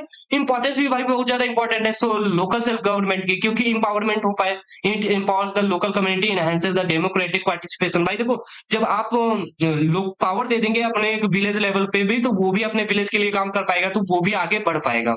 अकाउंटेबिलिटी होनी चाहिए, तो elected representative are accountable to their constituents and improve governance. तो ये गवर्नेंस को भी इंप्रूव करते हैं और अकाउंटेबल भी होते हैं, वो बताते हैं कि कैसे क्या काम किया, कितना किया। लेकिन जैसे local development, it address the local needs effectively through the decentralised decision making. तो यहाँ पे डेवलपमेंट के लिए भी ये बहुत ज्यादा इंपॉर्टेंट होती है, ये एड्रेस करते हैं लोकल जो भी नीड्स हैं और उनको इफेक्टिवली डिसेंट्रलाइज करते हैं डिसीजन मेकिंग के थ्रू। ठीक है, तो ये सभी चीजें यहाँ पे मैंने बता दी, और जो कि मैंने आपको बहुत अच्छे से यहाँ पे एक्सप्लेन कर दी है, और मुझे नहीं लगता है इससे बेस्ट आपको नोट्स कहीं पे मिलने वाले हैं। तो आप ये नोट्स डाउनलोड कर लें, और अगर आपको इसमें कोई डाउट लगता है तो पूछ सकते हैं, और अगर आपको नहीं लगता है कि यार डाउनलोड करने चाहिए, तो आप सिंपल वीडियो देख के भी यहाँ पे पढ़ सकते हैं।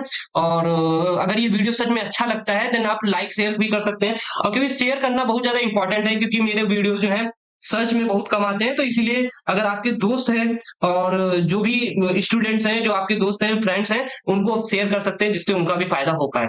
और सो मिलते हैं नेक्स्ट वीडियो में। Till then keep happy, keep smiling and stay productive.